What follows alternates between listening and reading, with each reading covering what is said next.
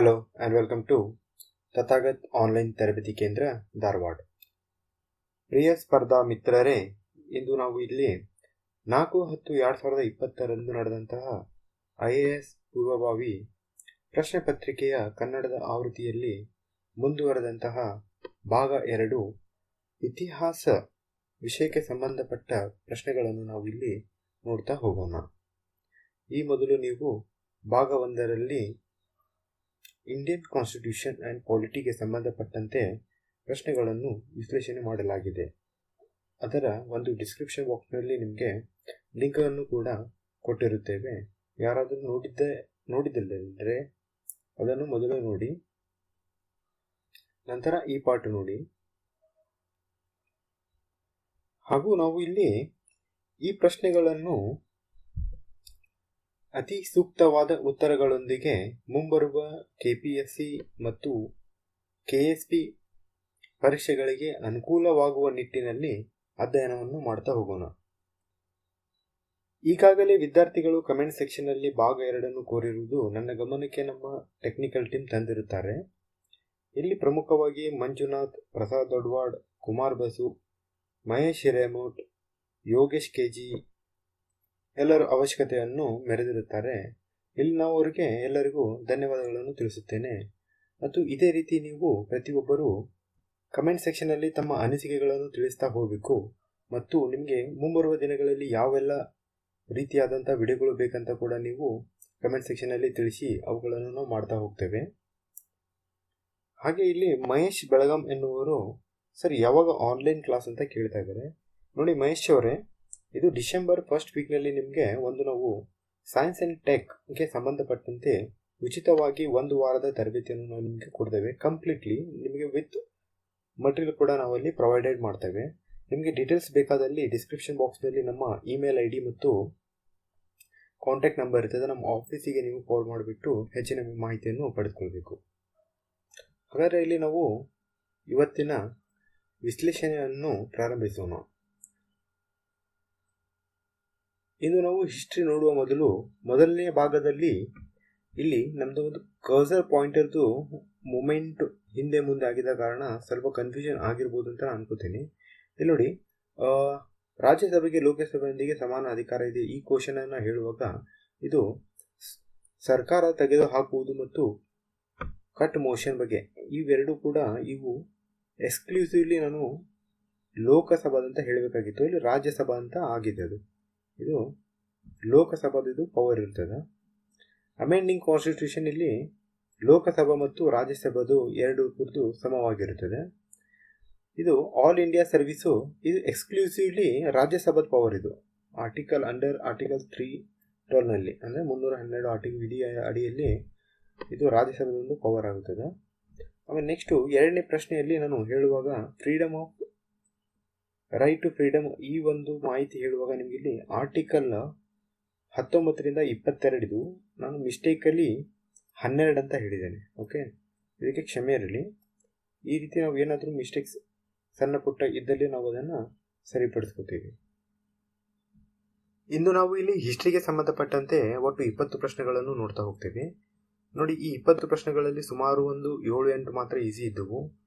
ಉಳುಕಿದೆಲ್ಲವೂ ಕೂಡ ನಿಮಗೆ ನೋಡೋದಾದರೆ ತುಂಬಾ ಡಿಫಿಕಲ್ಟ್ ಇದ್ದವು. ಹಾಗೆ ನಿಮಗೆ ಗಮನಕ್ಕೆ ಇರಲಿ, ಈ ಬಾರಿ UPSC ಪ್ರಶ್ನೆ ಪತ್ರಿಕೆ ಕಳೆದ ಒಂದು 7 ವರ್ಷಗಳಲ್ಲಿಯೇ ಅತಿ ಕಠಿಣ ಅಂತ ಕೂಡ ನಾವು ಹೇಳ್ಬೋದು ಕಂಪ್ಯಾರಿಟಿವ್ಲಿ. ಇಲ್ಲಿ UPSCಯ ಈ ಒಂದು ಪ್ರಶ್ನೆ ಪತ್ರಿಕೆಯಲ್ಲಿ ನಾವು ಹಿಸ್ಟ್ರಿ ಭಾಗದಲ್ಲಿ ಕೂಡ ನೋಡೋದಾದರೆ ತುಂಬಾ ಅತಿ ಸೂಕ್ಷ್ಮವಾದಂತಹ ಮಾಹಿತಿಗಳನ್ನು ಅವರು ಕೇಳ್ತಾ ಹೋಗಿದ್ದಾರೆ ಎಕ್ಸಾಮಿನರ್.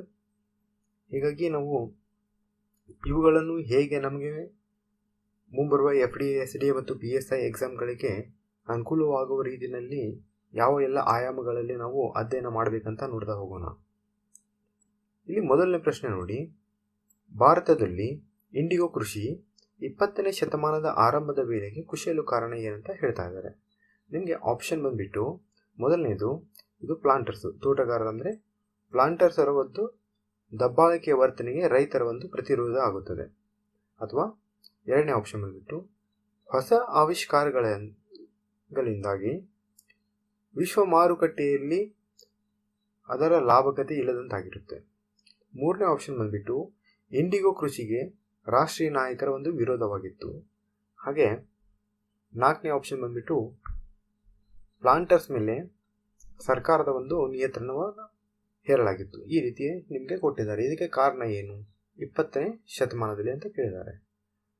ಸೊ ನಿಮಗೆ ಗೊತ್ತಿರಲಿ, ಇಂಡಿಗೋ ಕೃಷಿ ಬಂದ್ಬಿಟ್ಟು ಇದು ಒಂದು ನೈಸರ್ಗಿಕ ಬಣ್ಣವಾಗಿತ್ತು. ಈ ಬೆಳೆಗಳಿಂದ ಇದು ಪ್ರಮುಖವಾಗಿ ಟೆಕ್ಸ್ಟೈಲ್ಗಳಲ್ಲಿ ಯೂಸ್ ಮಾಡ್ತಾ ಬರ್ತಾರೆ.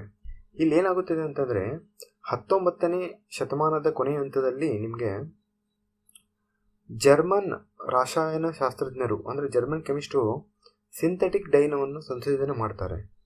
ಅಂದರೆ ಸಂಶ್ಲೇಷಿತ ಬಣ್ಣ ಅಂತ ಹೇಳ್ತೇವೆ ನಾವು. ಈ ಒಂದು ಸಿಂಥೆಟಿಕ್ ಡೈ ರಾಸಾಯನಶಾಸ್ತ್ರ ಯಾರ್ಯಾರು ಜರ್ಮನ್ ಶಾಸ್ತ್ರಜ್ಞರು ಈ ಒಂದು ಸಿಂಥೆಟಿಕ್ ಡೈ ಅಂದರೆ ಸಂಶ್ಲೇಷಿತ ಬಣ್ಣವನ್ನು ಕಂಡುಹಿಡಿದ ನಂತರ ನಿಮಗೆ ಇಂಟರ್ನ್ಯಾಷನಲ್ ಮಾರುಕಟ್ಟೆಯಲ್ಲಿ ನ್ಯಾಚುರಲ್ ಡೈದು ಒಂದು ಲಾಭವನ್ನು ಕುಂಠಿತವಾಗುತ್ತದೆ, ಅಲ್ಲಿ ಡಿಮ್ಯಾಂಡ್ ಕಡಿಮೆ ಆಗುತ್ತದೆ. ಹೀಗಾಗಿ ಇದೊಂದು ಹೊಸ ಆವಿಷ್ಕಾರವಾಗಿತ್ತು. It's unprofitability in the world market because of a new invention. ಒಂದು ಹೊಸ ಆವಿಷ್ಕಾರದಿಂದಾಗಿ ಅಂತಾರಾಷ್ಟ್ರೀಯ ಮಾರುಕಟ್ಟೆಯಲ್ಲಿ ಅದರ ಲಾಭಕತೆ ಇಲ್ಲದಂತಾಗಿತ್ತು. ಇದು ಇಲ್ಲಿ ನಮಗೆ ಆಪ್ಷನ್ ಬಿ ಬಂದ್ಬಿಟ್ಟು ಸರಿಯಾದ ಉತ್ತರ ಆಗಿರುತ್ತದೆ. ಇಲ್ಲಿ ನೋಡಿ, ನಿಮಗೆ ಗೊತ್ತಿರಲಿ, ನೀಲಿ ಬೆಳೆ ಅಂತ ಬಂದಾಗ ನಮಗೆ ಏನೆಲ್ಲ ಗೊತ್ತಿರಬೇಕು. ಗಾಂಧೀಜಿಯವರು ಸೌತ್ ಆಫ್ರಿಕಾದಿಂದ 1915ರಲ್ಲಿ ಭಾರತಕ್ಕೆ ಹಿಂತಿರುಗಿರ್ತಾರೆ, ಹೌದಾ? ಇದೇ ಕಾರಣ ನಾವು ಪ್ರತಿ ವರ್ಷ ಜನವರಿ 9ರಂದು ಪ್ರವಾಸಿ ಭಾರತ ದಿವಸವನ್ನು ಆಚರಿಸ್ತೇವೆ. ಯಾಕಂದರೆ ಈ ದಿನದಂದು ಅವರು ಭಾರತಕ್ಕೆ ಹಿಂತಿರುಗಿರುತ್ತಾರೆ. ಅವರು ಬಂದ ನಂತರ ರಾಜ್ಕುಮಾರ್ ಶುಕ್ಲಾ ಅವರ ಕೋರಿಕೆಯ ಮೇರೆಗೆ ಚಂಪಾರನ್ ಸತ್ಯಾಗ್ರಹದಲ್ಲಿ ಭಾಗವಹಿಸ್ತಾರೆ. ಇದು ಅವರ ಮೊದಲ ಸತ್ಯಾಗ್ರಹ ಆಗಿತ್ತು. ಇದು 1917ರಲ್ಲಿ ನಡೆದಿತ್ತು. ಹಾಗೆ ಇದನ್ನು ಒಂದು ಫಸ್ಟ್ ಸಿವಿಲ್ ಡಿಸ್ಒಬಿಡೆಂಟ್ ಮೂಮೆಂಟ್ ಅಂತ ಕೂಡ ಇದನ್ನು ಹೇಳ್ತಾರೆ. ಅಂದರೆ ಕಾನೂನು ಅಸಹಕಾರ ಚಳುವಳಿ ಅಂತ ಕೂಡ ಇದನ್ನು ಹೇಳಬಹುದು ಆಗಿದೆ. ಈ ಒಂದು ಚಂಪಾರನ್ ಸತ್ಯಾಗ್ರಹ ಎಲ್ಲಾಯಿತು ಅಂತಂದರೆ ಇದು ಬಿಹಾರದಲ್ಲಾಯಿತು. ಇಲ್ಲಿ ಒಂದು 3 ಖಾತಿಯ ಸಿಸ್ಟಮ್ ಅಂತ ಇತ್ತು. ಅದಕ್ಕೆ 3/20 ಅಂತ ಕೂಡ ಕರೀತಾರೆ. ಇಲ್ಲಿ ಫೋರ್ಸ್ಫುಲಿ ಒತ್ತಾಯದ ಮೇರೆಗೆ ರೈತರಿಗೆ ಇಂಡಿಗೋ ಕಲ್ಟಿವೇಶನ್ ಮಾಡಲಿಕ್ಕೆ ಒತ್ತಾಯ ಮಾಡ್ತಿದ್ರು. ಆ ಒಂದು ಹಿನ್ನೆಲೆಯಲ್ಲಿ ಗಾಂಧೀಜಿಯವರು ಅದನ್ನು ವಿರೋಧಿಸಿ ಚಂಪಾರನ್ ಸತ್ಯಾಗ್ರಹವನ್ನು ಕೈಗೊಂಡಿದ್ದರು ಮತ್ತು ಇದರಲ್ಲಿ ಅವರು ಸಕ್ಸಸ್ಫುಲ್ ಕೂಡ ಆಗಿದ್ದರು. ಇಲ್ಲಿ ನಾವು ಮುಂದಿನ ಪ್ರಶ್ನೆಯನ್ನು ನೋಡೋಣ. ನೋಡಿ, ಇದು ಗಾಂಧಿ ಇರ್ವಿನ್ ಒಪ್ಪಂದದ ಬಗ್ಗೆ ಇದೆ. ಗಾಂಧಿ ಇರ್ವಿನ್ ಒಪ್ಪಂದಕ್ಕೆ ಬರುವ ಮೊದಲು ನಾನು ನಿಮಗೆ ಕೆಲವೊಂದಿಷ್ಟು ಫ್ಯಾಕ್ಟ್ಸ್ ಅನ್ನು ಹೇಳ್ತಾ ಹೋಗ್ತೇನೆ. ಇಲ್ಲಿ ನೋಡಿ, ಇಲ್ಲಿ ನಾವು ಕೊಟ್ಟಿರುವಂಥ ಈ ಫ್ಯಾಕ್ಟ್ಸ್ಗಳಲ್ಲಿ ಇವುಗಳು ಬ್ರಿಟಿಷ್ ಗೌರ್ಮೆಂಟ್ ಒಪ್ಪಿಕೊಂಡಿತ್ತು. ನಾವು ಅಂದರೆ ಗಾಂಧೀಜಿಯವರ ಒಂದು ಡಿಮ್ಯಾಂಡ್ಗಳಿಗೆ ಬ್ರಿಟಿಷ್ ಗೌರ್ಮೆಂಟ್ ಸರ್ಕಾರ ಒಪ್ಕೊಂಡಿರುವಂತಹ ಮಾಹಿತಿಯನ್ನು ನಾನು ಇಲ್ಲಿ ಕೊಟ್ಟಿದ್ದೀನಿ. ಇವುಗಳನ್ನು ನೀವು ಒಂದ್ಸಲ ಓದ್ಕೋಬೇಕು. ಪೌಸ್ ಮಾಡಿ ಇದನ್ನು ಸರಿಯಾಗಿ ಒಂದ್ಸಲ ಓದ್ಕೊಳ್ಳಿ, ಅಥವಾ ನಾನೇ ಒಂದ್ಸಲ ಹೇಳಿಬಿಡ್ತೇನೆ. ಎಲ್ಲ ಸುಗ್ರೀವಾಜ್ಞೆಯನ್ನು ಹಿಂತೆಗೆದುಕೊಳ್ಳಲು ಅವರು ಒಪ್ಕೊಂಡಿದ್ದರು ಮತ್ತು ವಿಚಾರಗಳನ್ನು ಕೊನೆಗೊಳಿಸುವುದಾಗಿ ಒಪ್ಕೊಂಡಿದ್ರು. ನೆಕ್ಸ್ಟ್ ಪಾಯಿಂಟ್ ಬಂದ್ಬಿಟ್ಟು ಸತ್ಯಾಗ್ರಹಗಳನ್ನು ಮುಟ್ಟುಗೋಗೊಳಿಸಿದಂತಹ ಆಸ್ತಿ ಯಾವುದು ಸೇಲ್ ಮಾಡಿರುವುದಿಲ್ಲಲ್ಲ ಅವುಗಳನ್ನು ಹಿಂತಿರುಗಿಸಲು ಕೂಡ ಅವರು ಪುನಃಸ್ಥಾಪಿಸಲು ಒಪ್ಪಿದ್ದರು. ಮದ್ಯ ಮತ್ತು ವಿದೇಶ ಬಟ್ಟಿ ಅಂಗಡಿಗಳನ್ನು ಶಾಂತಿಯುತ ಮುಷ್ಕರದ ಅನುಮತಿಗೆ ಅವುಗಳನ್ನು ಒಪ್ಪಿಗೆ ನೀಡಿದರು. 4ನೇ ಪಾಯಿಂಟ್ ಬಂದ್ಬಿಟ್ಟು ಹಿಂಸಾಚಾರದ ತಪ್ಪಿಸ್ಥರನ್ನು ಹೊರತುಪಡಿಸಿ ಎಲ್ಲ ರಾಜಕೀಯ ಕೈದಿಗಳನ್ನು ಬಿಡುಗಡೆ ಮಾಡುವುದಾಗಿ ಕೂಡ ಅವರು ಒಪ್ಪಿಕೊಂಡಿದ್ದರು.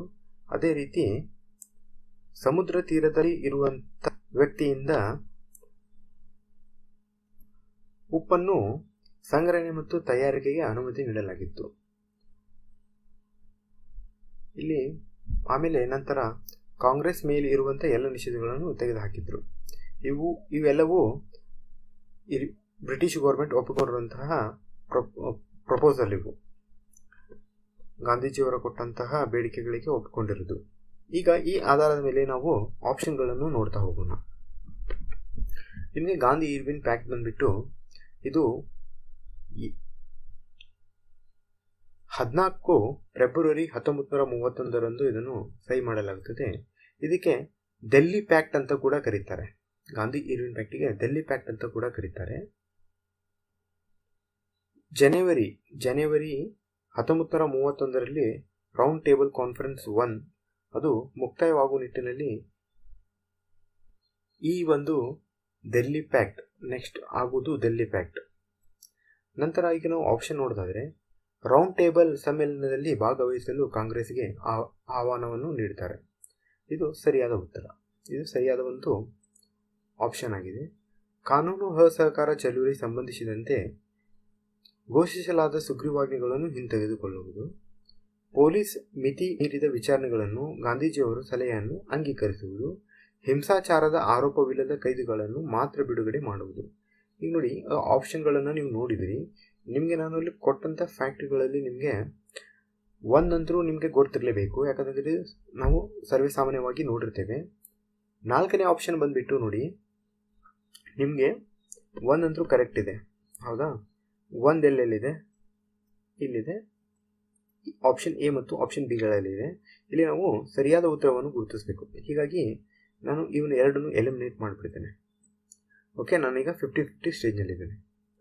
ಹಿಂಸಾಚಾರದ ಆರೋಪವಿಲ್ಲದ ಕೈದಿಗಳನ್ನು ಮಾತ್ರ ಬಿಡುಗಡೆ ಮಾಡೋದಾಗಿ ಒಪ್ಕೊಂಡಿರ್ತಾರೆ. ಈ ಆಪ್ಷನ್ ಬಂದುಬಿಟ್ಟು ಕರೆಕ್ಟ್ ಇದೆ. ನಿಮಗೆ 4 ಮತ್ತು 1 ಎಲ್ಲಿದೆ? 4 ಮತ್ತು 1 ಎಲ್ಲಿದೆ? Option B. ಹೀಗಾಗಿ ಸರಿಯಾದ ಉತ್ತರ ಆಪ್ಷನ್ ಬಿ ಆಗ್ತದೆ. ಇಲ್ಲಿ ನೋಡಿ, 2ನೇ ಆಪ್ಷನ್ ಬಂದುಬಿಟ್ಟು ಕಾನೂನು ಅಸಹಕಾರ ಚಳುವಳಿ ಸಂಬಂಧಿಸಿದ ಘೋಷಿಸಲಾದ ಸುಗ್ರೀವಾಜ್ಞೆಗಳನ್ನು ಹಿಂತೆಗೆದುಕೊಳ್ಳೋದು. ಇದು ನಿಮಗೆ ಗೊತ್ತಿಲ್ಲ ಅಂದರೂ ಕೂಡ ನೀವು ಆಪ್ಷನ್ಗೆ ಬರ್ಬೋದಾಗಿತ್ತು. ಆದರೆ ಆಪ್ಷನ್ 3 ಬಂದುಬಿಟ್ಟು ಇದು ಗಾಂಧೀಜಿಯವರು ಈ ಪ್ರಪೋಸಲ್ನ ಹೇಳಿರ್ತಾರೆ, ಬಟ್ ಇದನ್ನು ಇರ್ವಿನ್ ಅವರು ಒಪ್ಕೊಂಡಿರುವುದಿಲ್ಲ. ಈ ಪ್ರಪೋಸಲ್ನ ಅವರು ತಳ್ಳಿ ಹಾಕಿರ್ತಾರೆ. ಇದು ಆ್ಯಕ್ಚುಲಿ ಇದು ಪ್ರಪೋಸಲ್ ಕೊಟ್ಟಿದ್ರು, ಇದು ಈ ರೀತಿ ಮಾಡಬೇಕಂತೇಳಿ, ಬಟ್ ಇದನ್ನು ತಳ್ಳಿ ಹಾಕಿರ್ತಾರೆ. ಇದನ್ನು ಒಪ್ಕೊಂಡಿರುವುದಿಲ್ಲ ಇರ್ವಿನ್ ಅವರು. ಹೀಗಾಗಿ ಮತ್ತು ನಿಮಗೆ ರೌಂಡ್ ಟೇಬಲ್ ಕಾನ್ಫರೆನ್ಸ್ ಬಗ್ಗೆ ಇದು ನಿಮಗೆ ಡೇಟ್ಸನ್ನು ನೆನಪಿರಲೇಬೇಕು. ನೋಡಿ, ಇದು ರೌಂಡ್ ಟೇಬಲ್ ಕಾನ್ಫರೆನ್ಸ್ ಫಸ್ಟ್ ಯಾವಾಗ ಆಯಿತು ಅಂತ ಹೇಳಿದರೆ, ನಿಮಗೆ ಡೇಟ್ಸ್ ಕೇಳಿದರೆ, ಇಯರ್ ಕೇಳಿದರೆ ನೀವು 1930 ಅಂತ ಹೇಳಬೇಕು. ಇದು ಯಾಕಂದರೆ ನವೆಂಬರ್ 12, 1930 ಪ್ರಾರಂಭವಾಗಿತ್ತು. ಹಾಗೆ ಇವು ಸೆಕೆಂಡ್ ರೌಂಡ್ ಟೇಬಲ್ ಕಾನ್ಫರೆನ್ಸ್ ಯಾವಾಗಾಗಿತ್ತು ಅಂದರೆ, ಇದನ್ನು ನಾವು ದುಂಡು ಮೇಜಿನ ಸಮ್ಮೇಳನ ಕೂಡ ಕರಿತೀವಿ. ಕನ್ನಡದ ಮಾಧ್ಯಮದ ವಿದ್ಯಾರ್ಥಿಗಳು ಕನ್ಫ್ಯೂಸ್ ಆಗಬಾರ್ದು. 7 ಸೆಪ್ಟೆಂಬರ್ 1931 ಹಿಡಿದು 1 ಡಿಸೆಂಬರ್ 1931 ಅಂದರೆ 1931. ನೀವು 1930, 1931, 1932 ಈ ರೀತಿ ಬಂದರೆ ನಿಮಗೆ ಪ್ರಾಬ್ಲಮ್ ಇಲ್ಲ, ನೀವು ಮಾಡಿಬಿಡ್ತೀರಾ. ಇನ್ ಕೇಸ್ ಏನಾದರೂ ನಿಮಗೆ ಡೇಟ್ಸು ಈಗಿನ ದಿನಗಳಲ್ಲಿ ಡೇಟ್ಸು ಕೊಡ್ತಾ ಇದ್ದಾರೆ. ಹೀಗಾಗಿ ಸ್ವಲ್ಪ ನೀವು ಡೇಟ್ಸ್ ಕೂಡ ನೆನ್ಪಿಟ್ಕೋಬೇಕು. ಸ್ಟಾರ್ಟ್ ಆಗಿದ್ದು ಡೇಟ್ಸು ಮೋಸ್ಟ್ಲಿ ಕೇಳಿದರೆ, ಹೀಗಾಗಿ ಸ್ಟಾರ್ಟ್ ಆಗಿದ್ದ ಡೇಟ್ಸನ್ನು ನೀವು ಸ್ವಲ್ಪ ಇಲ್ಲಿ ಗಮನವನ್ನು ಹರಿಸಬೇಕು, ನೋಡ್ಕೋಬೇಕು. ಇದು ಕೂಡ ಒಂದು ಆಧುನಿಕ ಭಾರತದ ಇತಿಹಾಸಕ್ಕೆ ಸಂಬಂಧಪಟ್ಟಂಥ ಪ್ರಶ್ನೆ ಆಗಿದೆ. ಪ್ರಶ್ನೆ 3ರಲ್ಲಿ ನಾವು ನೋಡೋಣ. ಈ ಕೆಳಗಿನ ಯಾವ ಹೇಳಿಕೆಗಳು 19ನೇ ಶತಮಾನದ ಮೊದಲಾರ್ಧದಲ್ಲಿ, ನೋಡಿ 19ನೇ ಶತಮಾನದ ಮೊದಲಾರ್ಧದಲ್ಲಿ, ವೆರಿ ಇಂಪಾರ್ಟೆಂಟ್ ಫ್ಯಾಕ್ಟ್ ಇದು, ಭಾರತೀಯರ ಮೇಲೆ ಕೈಗಾರಿಕಾ ಕ್ರಾಂತಿಯ ಇಂಡಸ್ಟ್ರಿಯಲ್ ರೆವಲ್ಯೂಷನ್ ಪ್ರಭಾವವನ್ನು ಸರಿಯಾಗಿ ವಿವರಿಸುತ್ತದೆ? ಯಾವ ರೀತಿ ನೋಡೋಣ. ಮೊದಲನೇ ಆಪ್ಷನ್ ಕೊಟ್ಟಿದ್ದಾರೆ, ಭಾರತೀಯ ಕರಕುಶಲ ವಸ್ತುಗಳು ಹಾಳಾಗಿದ್ದವು. ಎರಡನೇದಾಗಿ, ಯಂತ್ರಗಳನ್ನು ಭಾರತೀಯ ಜವಳಿಯ ಉದ್ಯಮದಲ್ಲಿ ಹೆಚ್ಚಿನ ಸಂಖ್ಯೆಯಲ್ಲಿ ಪರಿಚಯಿಸಲಾಗಿತ್ತು.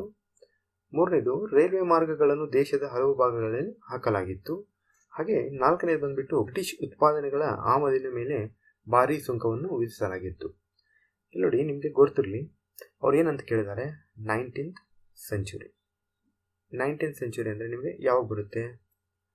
19ನೇ ಶತಮಾನ. 19ನೇ ಶತಮಾನ ಅಂದರೆ ನೀವು ಡೇಟ್ ಕೊಡ್ತಿರ್ಬೇಕು. ಯಾವಾಗಿಂದ? 1800ರಿಂದ ಅವ್ರು ಏನು ಹೇಳಿದ್ದಾರೆ ನಮಗೆ 1900 ಅಂದರೆ 19ನೇ ಶತಮಾನ ಆಗುತ್ತೆ.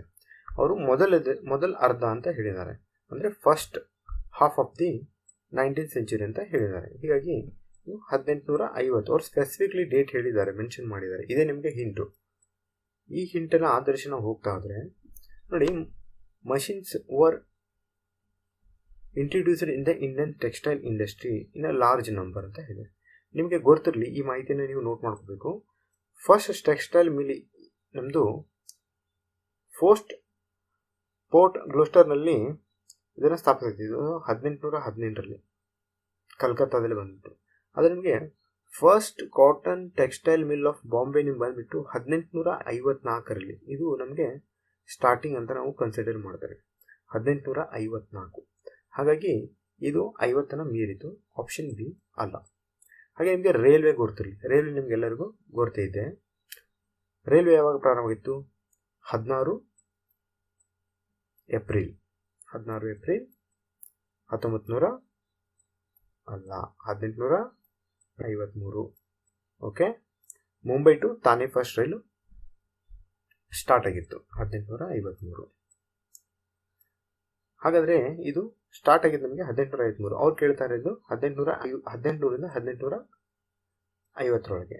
ಹಾಗಾಗಿ ಈ ಆಪ್ಷನ್ ಕೂಡ ತಪ್ಪಾಗುತ್ತೆ. ಇಲ್ಲಿ ನೋಡಿ, ಬ್ರಿಟಿಷರ ಉತ್ಪಾದನೆಗಳ ಆಮದಿನ ಮೇಲೆ ನೋಡಿ, ಯಾಕೆ ಬ್ರಿಟಿಷರು ಅವರು ನಮಗೆ ಎಕ್ಸ್ಪ್ಲಾಯ್ಟ್ ಮಾಡಿ ಅವ್ರಿಗೆ ಇಲ್ಲಿ ನಮಗೂ ಭಾರತದಿಂದ ಅವರು ಎಕನಾಮಿನ ಸಂಪೂರ್ಣವಾಗಿ ನಮ್ಮದು ರೂನ್ ಮಾಡಿದ್ರು. ಅವರು ಯಾಕೆ ಅವರ ಒಂದು ಗೂಡ್ಸ್ ಮೇಲೆ ಹೆಚ್ಚಿನ ಒಂದು ಡ್ಯೂಟೀಸನ್ನು ಹಾಕ್ತಾರೆ ಅಲ್ವಲ್ಲ? ಸುಂಕವನ್ನು ಅವ್ರು ಯಾಕೆ ವಿಧಿಸ್ತಾರೆ ಅವರ ಒಂದು ಇದರ ಮೇಲೆ? ಈ ರೀತಿ ಇದು, ಹೀಗಾಗಿ ಇದೊಂದು ಈಸಿಲಿ ನೀವು ಎಲಿಮಿನೇಟ್ ಮಾಡ್ಬೋದಂತ ಆಪ್ಷನ್. ಈಗ ನೋಡಿ, ಏನಾಗಿತ್ತಂತಂದರೆ ಇಂಡಸ್ಟ್ರಿಯಲ್ ರೆವಲ್ಯೂಷನ್ ಕಾರಣದಿಂದ ಕರಕುಶಲ ವಸ್ತುಗಳು ಹಾಳಾದವು. ಇದು ಸರಿಯಾದ ಉತ್ತರ. ಆಪ್ಷನ್ ಎ ಬಂದ್ಬಿಟ್ಟು ಸರಿಯಾದ ಉತ್ತರ. ಮುಂದಿನ ಪ್ರಶ್ನೆ ನೋಡೋಣ. ಇಲ್ಲಿ ನೋಡಿ ವಿದ್ಯಾರ್ಥಿಗಳು, ನಿಮಗೆ ನಾ ಹೇಳುವುದು ಏನಾದರೂ ಸ್ಲೋ ಅನಿಸಿದರೆ ನೀವು ಪ್ಲೇಬ್ಯಾಕ್ ಸ್ಪೀಡನ್ನು ಸ್ವಲ್ಪ ಜಾಸ್ತಿ ಮಾಡ್ಕೊಳ್ಳಿ. ಅಲ್ಲಿಂದ ನೀವು ಟೈಮ್ ಮ್ಯಾನೇಜ್ ಮಾಡ್ಬೋದು. ಯಾಕಂದರೆ ಇದು ಈಗಾಗಲೇ ಪ್ರಶ್ನೆ ಪತ್ರಿಕೆ ಆಗಿ ಹೋಗಿದೆ. ನಿಮಗೆ ಹಲವಾರು ಮೂಲಗಳಿಂದ ಕೆಲವೊಂದು ಇನ್ಸ್ಟಿಟ್ಯೂಟ್ಗಳಿಂದ ನಿಮಗೆ ಆಲ್ರೆಡಿ ನಿಮಗೆ ಉತ್ತರ ಕೂಡ ಅವೈಲೇಬಲ್ಸ್ ಇವೆ. ಇಲ್ಲಿ ನಾವು ಮಾಡ್ತಾ ಇರುವ ಅನಲೈಸಿಸು ಏಕೆಂತಂದರೆ ನಮಗೆ ಮುಂಬರುವ ಪ್ರಶ್ನೆ ಪತ್ರಿಕೆಗಳಿಗೆ ಇವುಗಳಿಂದ ಏನೆಲ್ಲ ಕಲಿಬೋದಾಗಿದೆ, ಯಾವ ರೀತಿ ಏನಾದರೂ ಉಪಯೋಗ ಆಗ್ತದೆ ಅಂತ ನೋಡೋದು ನಮ್ಮದು ಮುಖ್ಯ ಉದ್ದೇಶ ಆಗಿದೆ. ಹೀಗಾಗಿ ನಾನು ಸ್ವಲ್ಪ ಸ್ಲೋನೇ ಹೇಳ್ತಾ ಇದ್ದೇನೆ. ಸೊ ನಿಮಗೆ ಸ್ಲೋ ಅನಿಸಿದರೆ ಸ್ವಲ್ಪ ನೀವು ವಿಡಿಯೋನ ಸ್ಪೀಡ್ ಮಾಡಿಕೊಂಡು ನೋಡ್ಬೋದು. ಇಲ್ಲಿ ನೋಡಿ, 4ನೇ ಪ್ರಶ್ನೆ ಬಂದುಬಿಟ್ಟು, ವೆಲ್ಲೆಸಿ ಕಲ್ಕತ್ತಾದಲ್ಲಿ ಪೋರ್ಟ್ ವಿಲಿಯಂ ಕಾಲೇಜನ್ನು ಸ್ಥಾಪಿಸಿದರು. ಏಕೆಂದರೆ ನೋಡಿ, ಅವರು ಭಾರತದಲ್ಲಿ ಆಡಳಿತಾತ್ಮಕ ಉದ್ದೇಶಕ್ಕಾಗಿ ಬ್ರಿಟಿಷ್ ನಾಗರಿಕರಿಗೆ ತರಬೇತಿ ನೀಡಲು ಅವರು ಬಯಸಿದ್ದರು. ಇದು ಸರಿಯಾದ ಉತ್ತರ ಆಗಿದೆ. ಯಾಕಂತಂದರೆ ಇದು ಬಂದ್ಬಿಟ್ಟು ನಿಮಗೆ ಪೋರ್ಟ್ ವಿಲಿಯಮ್ಸು ವೆಲ್ಲೆಸ್ಲಿ ಅವರು 10 ಜುಲೈ 1800ರಲ್ಲಿ ಪ್ರಾರಂಭಿಸಿದರು. 1799ರಲ್ಲಿ ಟಿಪು ಅವರ ಒಂದು ಮರಣದ ನಂತರ ನೆಕ್ಸ್ಟ್ ಇಯರೇ ಇದಾಗಿದ್ದು 1800ರಲ್ಲಿ. ಆಮೇಲೆ ಇದು 1802ರಲ್ಲಿ ಕ್ಲೋಸ್ ಕೂಡ ಆಗಿತ್ತು. ಇಲ್ಲಿ ಅವರದ್ದು ಮುಖ್ಯ ಉದ್ದೇಶನೇ ಆಡಳಿತಾತ್ಮಕ ಉದ್ದೇಶಕ್ಕಾಗಿ ಬ್ರಿಟಿಷ್ ನಾಗರಿಕರಿಗೆ ತರಬೇತಿ ನೀಡೋದಾಗಿತ್ತು. ಇಲ್ಲಿ ನಿಮಗೆ ಕನ್ಫ್ಯೂಷನ್ ಆದರೆ ಆಪ್ಷನ್ ಬಿ ಅಲ್ಲೇ ಆಗಬೇಕು. ಯಾಕಂದರೆ ಇವೆರಡು ಇರಲೆವೆಂಟ್ ಇದೆ, ಇದು ಈಸಿಲಿ ಎಲಿಮಿನೇಟ್ ಮಾಡ್ಬೋದಾಗಿದ್ದು. ಬಟ್ ಸರಿಯಾದ ಉತ್ತರ ಬಂದುಬಿಟ್ಟು ಆಪ್ಷನ್ ಡಿ. ಅಂದರೆ ಮುಂದಿನ ಪ್ರಶ್ನೆ ನೋಡಿ ಸ್ನೇಹಿತರೆ, ಇಲ್ಲಿ ನೀವು ಕೆಲವೊಂದಿಷ್ಟು ಜನ ಹೇಳ್ತಾ ಇದ್ದಾರೆ ನನಗೆ ಯಾವ ರೀತಿ ಸಬ್ಸ್ಕ್ರೈಬ್ ಆಗಬೇಕಂತ ಹೇಳಿ. ನೋಡಿ, ನಿಮಗೆ ಇಲ್ಲಿ ಕೆಂಪದಾಗಿ ಸಬ್ಸ್ಕ್ರೈಬ್ ಅಂತ ಬರುತ್ತೆ, ಅದರ ಮೇಲೆ ನೀವು ಕ್ಲಿಕ್ ಮಾಡಬೇಕು. ಹಾಗೆ ನಿಮಗೆ ಬೆಲ್ ಬಟನ್ ಬರುತ್ತೆ. ಇದನ್ನು ಕ್ಲಿಕ್ ಮಾಡಿದರೆ ನಿಮಗೆ ನಾವು ಅಪ್ಲೋಡ್ ಮಾಡುವ ಪ್ರತಿ ವಿಡಿಯೋ ನೋಟಿಫಿಕೇಶನ್ ನಿಮ್ಗೆ ಬರುತ್ತೆ. ಓಕೆ, ಹಾಗಾಗಿ ನಿಮ್ಗೆ ಯಾವುದೇ ಒಂದು ವಿಡಿಯೋನು ಮಿಸ್ ಆಗೋಲ್ಲ. ಸೊ ಸಬ್ಸ್ಕ್ರೈಬ್ ಮಾಡಿಲ್ಲ ಅಂತಂದರೆ ನೀವು ಮಾಡಿ, ಮತ್ತು ನಿಮ್ಮ ಸ್ನೇಹಿತರೊಂದಿಗೆ ನೀವು ಇದನ್ನು ಹಂಚ್ಕೊಳ್ಳಿ. ಹಾಗೆ ಈ ಒಂದು PDF ಏನು ಡಿಸ್ಕಷನ್ ಮಾಡ್ತಾ ಇದ್ದಲ್ಲ, ಈ PDF ಕೂಡ ನಿಮಗೆ ನಮ್ಮ ತಥಾಗತನ ಟೆಲಿಗ್ರಾಮ್ ಚಾನಲಲ್ಲಿ ನಿಮಗೆ ಇದು ಫ್ರೀಲಿ ಅವೈಲೇಬಲ್ ಇರುತ್ತೆ. ಇದು ನಾನು ಡಿಸ್ಕ್ರಿಪ್ಷನಲ್ಲಿ ಲಿಂಕ್ ಕೂಡ ಕೊಟ್ಟಿದ್ದೇನೆ. ನೀವು ಈ ವಿಡಿಯೋದ ಡಿಸ್ಕ್ರಿಪ್ಷನ್ ಕೆಳಗಡೆ ಹೋದರೆ ನಿಮಗೆ ಡೈರೆಕ್ಟ್ಲಿ ನಿಮಗೆ ಇದು PDF ಒಂದು ನೀವು ಆಕ್ಸೆಸ್ ಮಾಡ್ಬೋದಾಗಿದೆ. ನೋಡಿ, 5ನೇ ಪ್ರಶ್ನೆ ಬಂದುಬಿಟ್ಟು, ಗಾಂಧಿವಾದ ಮತ್ತು ಮಾರ್ಕ್ಸ್ವಾದದ ನಡುವಿನ ಒಂದು ಸಾಮಾನ್ಯ ಒಪ್ಪಂದವೇನೆಂದರೆ? ಇದು ಸ್ಥಿತಿವಿಲ್ಲದ ಸಮಾಜವನ್ನು ಅಂತಿಮ ಗುರಿಯಾಗಿತ್ತು. ಇದು ಒಂದು ಕಾಮನ್ ಆಗಿ ನಾವು ನೋಡ್ಬೋದಾಗಿದ್ದು ಗಾಂಧಿ ಮತ್ತು ಮಾರ್ಕ್ಸಿಸಂ ನಡುವಿರುವ ಒಂದು ಸಾಮಾನ್ಯ ಒಪ್ಪಂದ. ಗಾಂಧೀಜಿಯವರು ಏನು ಹೇಳ್ತಾ ಇದ್ರು, ಗ್ರಾಮ ಸ್ವರಾಜ್ ಅಂದರೆ ಹಳ್ಳಿಗಳು ವಿಲೇಜ್ಗಳಿಂದ ನಾವು ರೂಲ್ ಮಾಡಬೇಕು.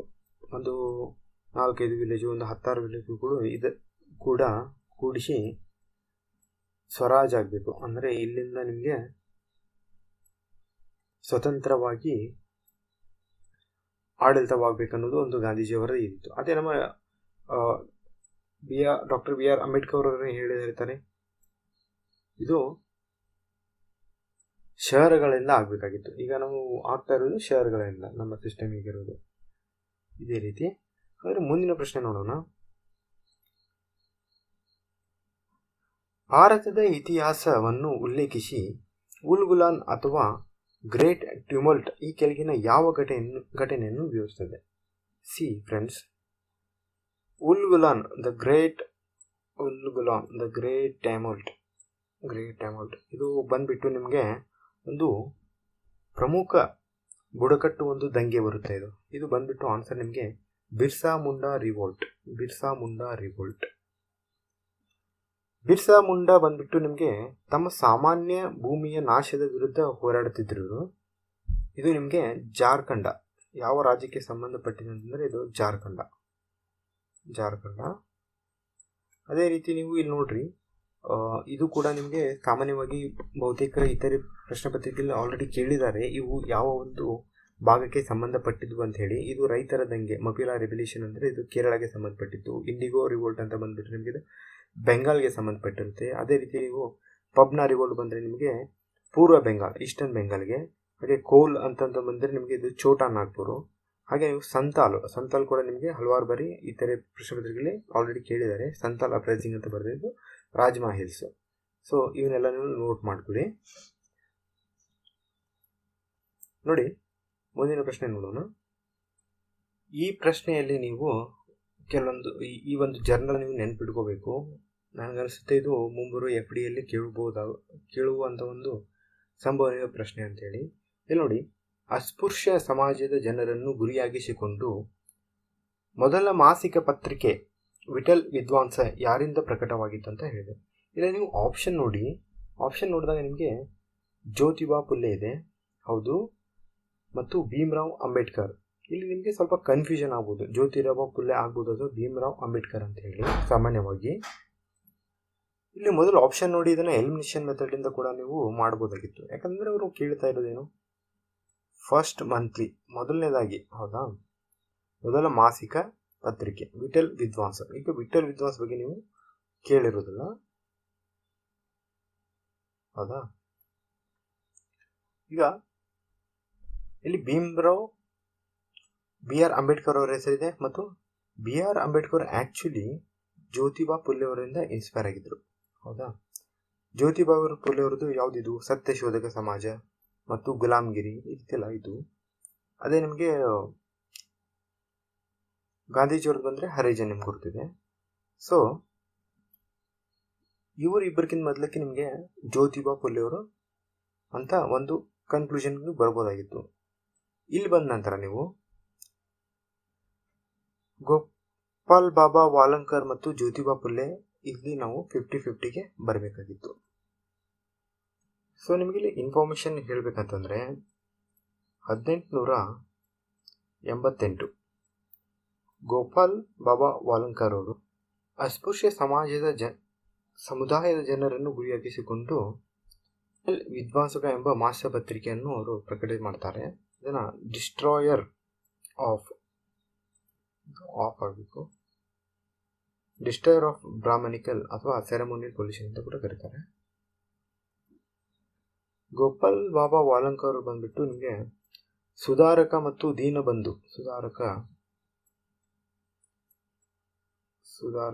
ದೀನಬಂಧುಗಳಲ್ಲಿ ಅವರು ಲೇಖನ ಕೂಡ ಬರೀತಾ ಇದ್ರು. ದೀನಬಂಧು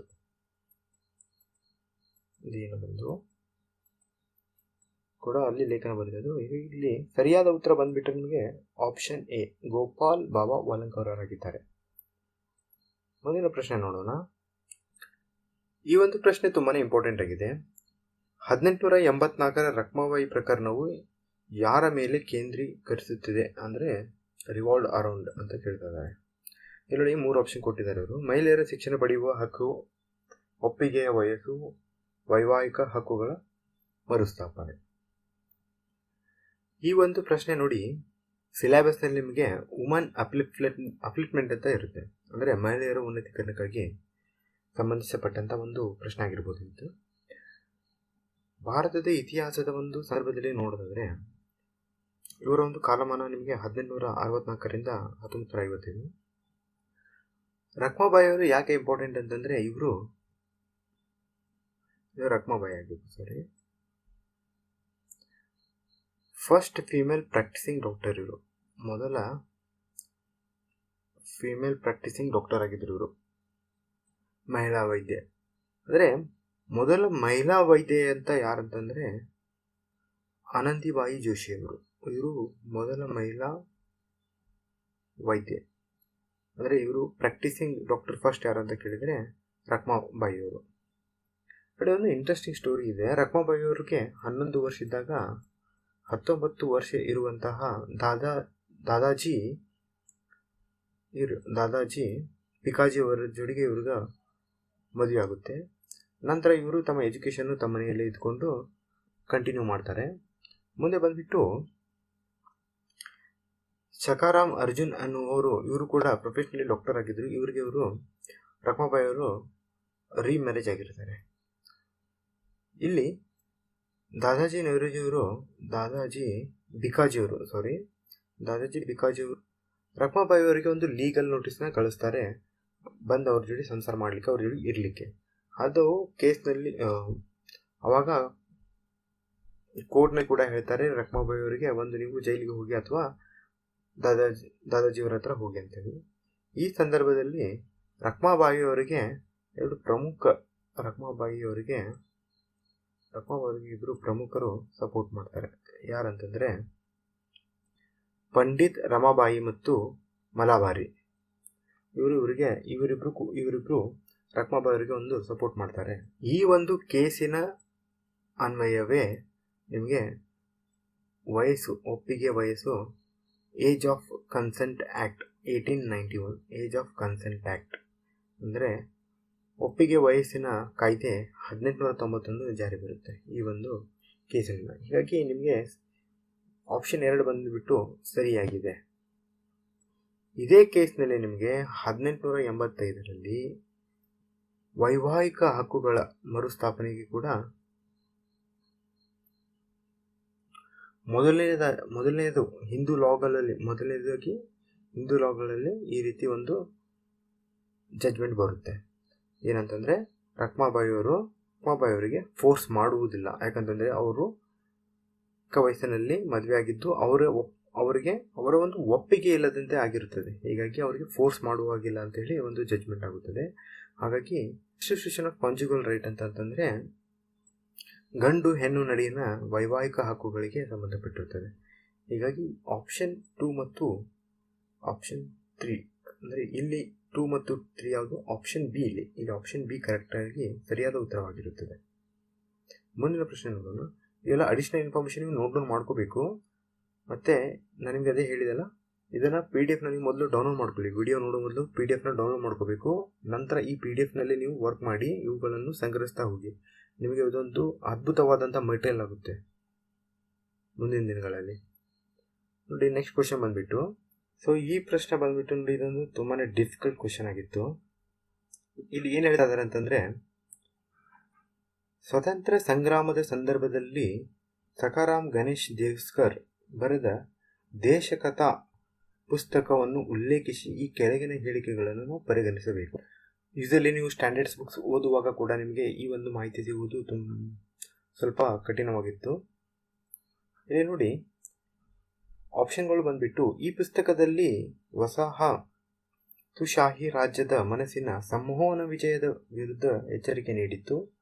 ಎರಡನೇ ಆಪ್ಷನ್ನು, ಈ ಪುಸ್ತಕವು ಸ್ವದೇಶಿ ಬೀದಿ ನಾಟಕಗಳು ಮತ್ತು ಜಾನಪದ ಗೀತೆಗಳ ಪ್ರದರ್ಶನಕ್ಕೆ ಪ್ರೇರಣೆ ನೀಡಿತ್ತು. ದೇವುಸ್ಕರ್ ದೇಶ ಎಂಬ ಪದವನ್ನು ಬಳಸುತ್ತಾರೆ. ಬಂಗಾಳ ಪ್ರದೇಶದ ಬಗ್ಗೆ ಈ ಉಲ್ಲೇಖವನ್ನು ಮಾಡಲಾಗಿತ್ತು. ಸೊ ಯಾರ್ದು ಸ್ವಲ್ಪ ಇಂಗ್ಲೀಷ್ ಚೆನ್ನಾಗಿದೆ ಅವರು ಇಂಗ್ಲೀಷ್ನಲ್ಲಿ ಕೂಡ ಓದ್ಕೋಬೇಕು, ಅಂದರೆ ನಿಮಗೆ ಪ್ರಾಪರ್ಲಿ ಇದನ್ನು ಅಂಡರ್ಸ್ಟ್ಯಾಂಡಿಂಗ್ ಆಗ್ತಾ ಹೋಗುತ್ತೆ. ನಿಮಗೆ ಗೊತ್ತಿರಲಿ, ಸಕಾರಾಮ್ ಗಣೇಶ್ ದೇವುಸ್ಕರ್ ಅವರೊಬ್ಬರು ಕ್ರಾಂತಿಕಾರಿ ಬರಹಗಾರ, ಇತಿಹಾಸಗಾರ ಮತ್ತು ಪತ್ರಕಾರರಾಗಿದ್ದರು. ತಮ್ಮ ಜೀವನವನ್ನು ಅವರು ಪತ್ರಕಾರರಾಗಿ ಪ್ರಾರಂಭಿಸಿದರು ಮತ್ತು ಅವರಿಗೆ ಇತಿಹಾಸದಲ್ಲಿ, ಸಾಹಿತ್ಯ ಮತ್ತು ರಾಜಕೀಯದಲ್ಲಿ ಕೂಡ ತುಂಬಾ ಆಸಕ್ತಿಯನ್ನು ಹೊಂದಿದರು. ಗಮನಿಸಬೇಕಾದಂತಂದರೆ ಇವರು ನರೋಜಿ, ರಾನಡೆ ಮತ್ತು ಸ್ವದೇಶಿ ವಿಚಾರಗಳನ್ನು ಜನಪ್ರಿಯಗೊಳಿಸ್ತಾ ಇದ್ದರು. ಇದೊಂದು ಕಾಲಮಾನ ಹೇಳಬೇಕಂದ್ರೆ 1869 ಹಿಡಿದುಬಿಟ್ಟು 1869 1912, ಅಂದರೆ ಕೊನೆ 19ನೇ ಶತಮಾನದಿಂದ ಪ್ರಾರಂಭದ 20ನೇ ಶತಮಾನದ ವೇಳೆಯಲ್ಲಿ ಇವರನ್ನು ನಾವು ಕಾಣ್ಬೋದಾಗಿತ್ತು. ಈ ದೇಶಕಥಾ ಅಂತಂದರೆ ಸ್ಟೋರಿ ಆಫ್ ನೇಷನ್, ಇದು 1914ರಲ್ಲಿ ಪಬ್ಲಿಷ್ ಆಗಿತ್ತು. 1914ರಲ್ಲಿ ಪಬ್ಲಿಷ್ ಆಗಿತ್ತು. ನಂತರ ಕೇವಲ 5 ವರ್ಷಗಳಲ್ಲಿ ಒಂದು 13,000 ಪ್ರತಿಗಳನ್ನು ಇದು ಹಂಚಿಕೆ ಆದ ಕಾರಣ ಮತ್ತು ಇದರಲ್ಲಿ ಇದ್ದಂಥ ಕಂಟೆಂಟನ್ನು ನೋಡಿಬಿಟ್ಟು ಬ್ರಿಟಿಷ್ ಗೌರ್ಮೆಂಟ್ ಇದನ್ನು 1910ರಲ್ಲಿ ಬ್ಯಾನ್ ಮಾಡಿದರು. ಏಕೆಂದರೆ ಹೇಗೆ ಭಾರತದ ಆರ್ಥಿಕ ವ್ಯವಸ್ಥೆ, ಕೃಷಿ ವ್ಯವಸ್ಥೆ ಮತ್ತು ಕೈಗಾರಿಕಾ ಕುಶಲಕರ್ಮಿಗಳು ನಾಶವಾಗುವುದೆಂದು ಎನ್ನುವುದರ ಬಗ್ಗೆ ಇದನ್ನು ಉಲ್ಲೇಖವಾಗಿತ್ತು ಈ ಬುಕ್ಕಿನಲ್ಲಿ. ಇಲ್ಲಿ ನಿಮಗೆ ಅರವಿಂದ್ ಘೋಷ್ ಅವರ ಪ್ರಕಾರ ಸ್ವರಾಜ್ ಎಂಬುವ ಪದವನ್ನು ಮೊದಲು ಯೂಸ್ ಮಾಡಿದ್ದು ಯಾರಂತ ಹೇಳಿದ್ರೆ ಅದು ನಮ್ಮ ಸಕಾರಾಮ್ ಗಣೇಶ್ ದೇಶ್ಕೂರ್ ಅವರು. ಯಾರ ಪ್ರಕಾರ? ಅರವಿಂದ್ ಘೋಷ್ ಅವರ ಪ್ರಕಾರ ಯಾವ ಪದ? ಸ್ವರಾಜ್ ಎಂಬ ಪದವನ್ನು ಮೊದಲು ಯೂಸ್ ಮಾಡಿದ್ದರು ಯಾರಂತಂದರೆ ಸಕಾರಾಮ್ ಗಣೇಶ್ ದೇವ್ಸ್ಕರ್. ಇಲ್ಲಿ ನಾವು ಆಪ್ಷನ್ ನೋಡೋದಾದರೆ ಇವು ಮೊದಲನೇದು ಮತ್ತು ಎರಡನೇದು ಸರಿಯಾಗಿದೆ. ಇದು ಮೂರನೇ ಆಪ್ಷನ್ ಬಂದ್ಬಿಟ್ಟು ಇದು ಕೇವಲ ಬಂಗಾಳದ ಒಂದು ಪ್ರದೇಶವನ್ನು ಆಧರಿಸಿ ಅಲ್ಲ, ಇವರು ಹೋಲ್ ನೇಷನ್ನ ಆಧರಿಸಿ ಇದನ್ನು ಹೇಳಿದರು. ಹೀಗಾಗಿ ಆಪ್ಷನ್ 1 ಮತ್ತು 2 ಅಂದರೆ ಒಂದನೇದು ಸರಿಯಾದ ಉತ್ತರ. ಅಂದರೆ ಬಂಗಾಳ ರೀಜನ್ಗೆ ಮಾತ್ರವಲ್ಲ, ಇದು ಹೋಲ್ ನೇಷನ್ಗಳನ್ನು ಆಧರಿಸುತ್ತದೆ, ಬಂಗಾಳ ಅಷ್ಟೇ ಅಲ್ಲ. ಹೀಗಾಗಿ ಆಪ್ಷನ್ ಇದು ಮೂರನೇದು ಸ್ಟೇಟ್ಮೆಂಟು ತಪ್ಪಾಗಿತ್ತು. ಹೀಗಾಗಿ 1 ಮತ್ತು 2 ಮಾತ್ರ ಸರಿಯಾಗಿದೆ. ಮುಂದಿನ ಪ್ರಶ್ನೆ ನೋಡಿ, ಭಾರತದ ಇತಿಹಾಸದಲ್ಲಿ ಈ ಕೆಳಗಿನ ಘಟನೆಗಳನ್ನು ನಾವು ಪರಿಗಣಿಸಬೇಕು. ಯಾವುದು? ಮೊದಲನೇದ, ರಾಜಭೋಜನ ಅಡಿಯಲ್ಲಿ ಪ್ರತಿಹಾರಗಳ ಉದಯ, ಮಹೇಂದ್ರ ವರ್ಮ ಒಂದರ ಅಡಿಯಲ್ಲಿ ಪಲ್ಲವ ಅಧಿಕಾರ ಸ್ಥಾಪನೆ, ಪರಂತಕ ಒಂದ್ ಚೋಳರಿಂದ ಅಧಿಕಾರ ಸ್ಥಾಪಿಸುವುದು, ಗೋಪಾಲ್ ಅವರಿಂದ ಪಾಲ ವಂಶದ ಒಂದು ಸ್ಥಾಪನೆಯಾಗುತ್ತದೆ. ಈ 4 ಸ್ಟೇಟ್ಮೆಂಟ್ಗೂ ಕೊಟ್ಟಿದ್ದಾರೆ. ಆರಂಭಿಕ ಸಮಯದಿಂದ ಪ್ರಾರಂಭವಾಗುವ ಘಟನೆಯನ್ನು ಸರಿಯಾದ ಕಾಲಾನುಕ್ರಮಗಳಲ್ಲಿ ಯಾವುದು ಅಂತ ಕೇಳ್ತಾ ಇದ್ದಾರೆ. ನಿಮಗೆ ಇದು ಗೊತ್ತಿರಲಿ, ಆರಂಭಿಕ ಮಧ್ಯಯುಗದ ಇತಿಹಾಸದಿಂದ ಒಂದು ಬಂದಂಥ ಪ್ರಶ್ನೆ ಆಗಿದೆ.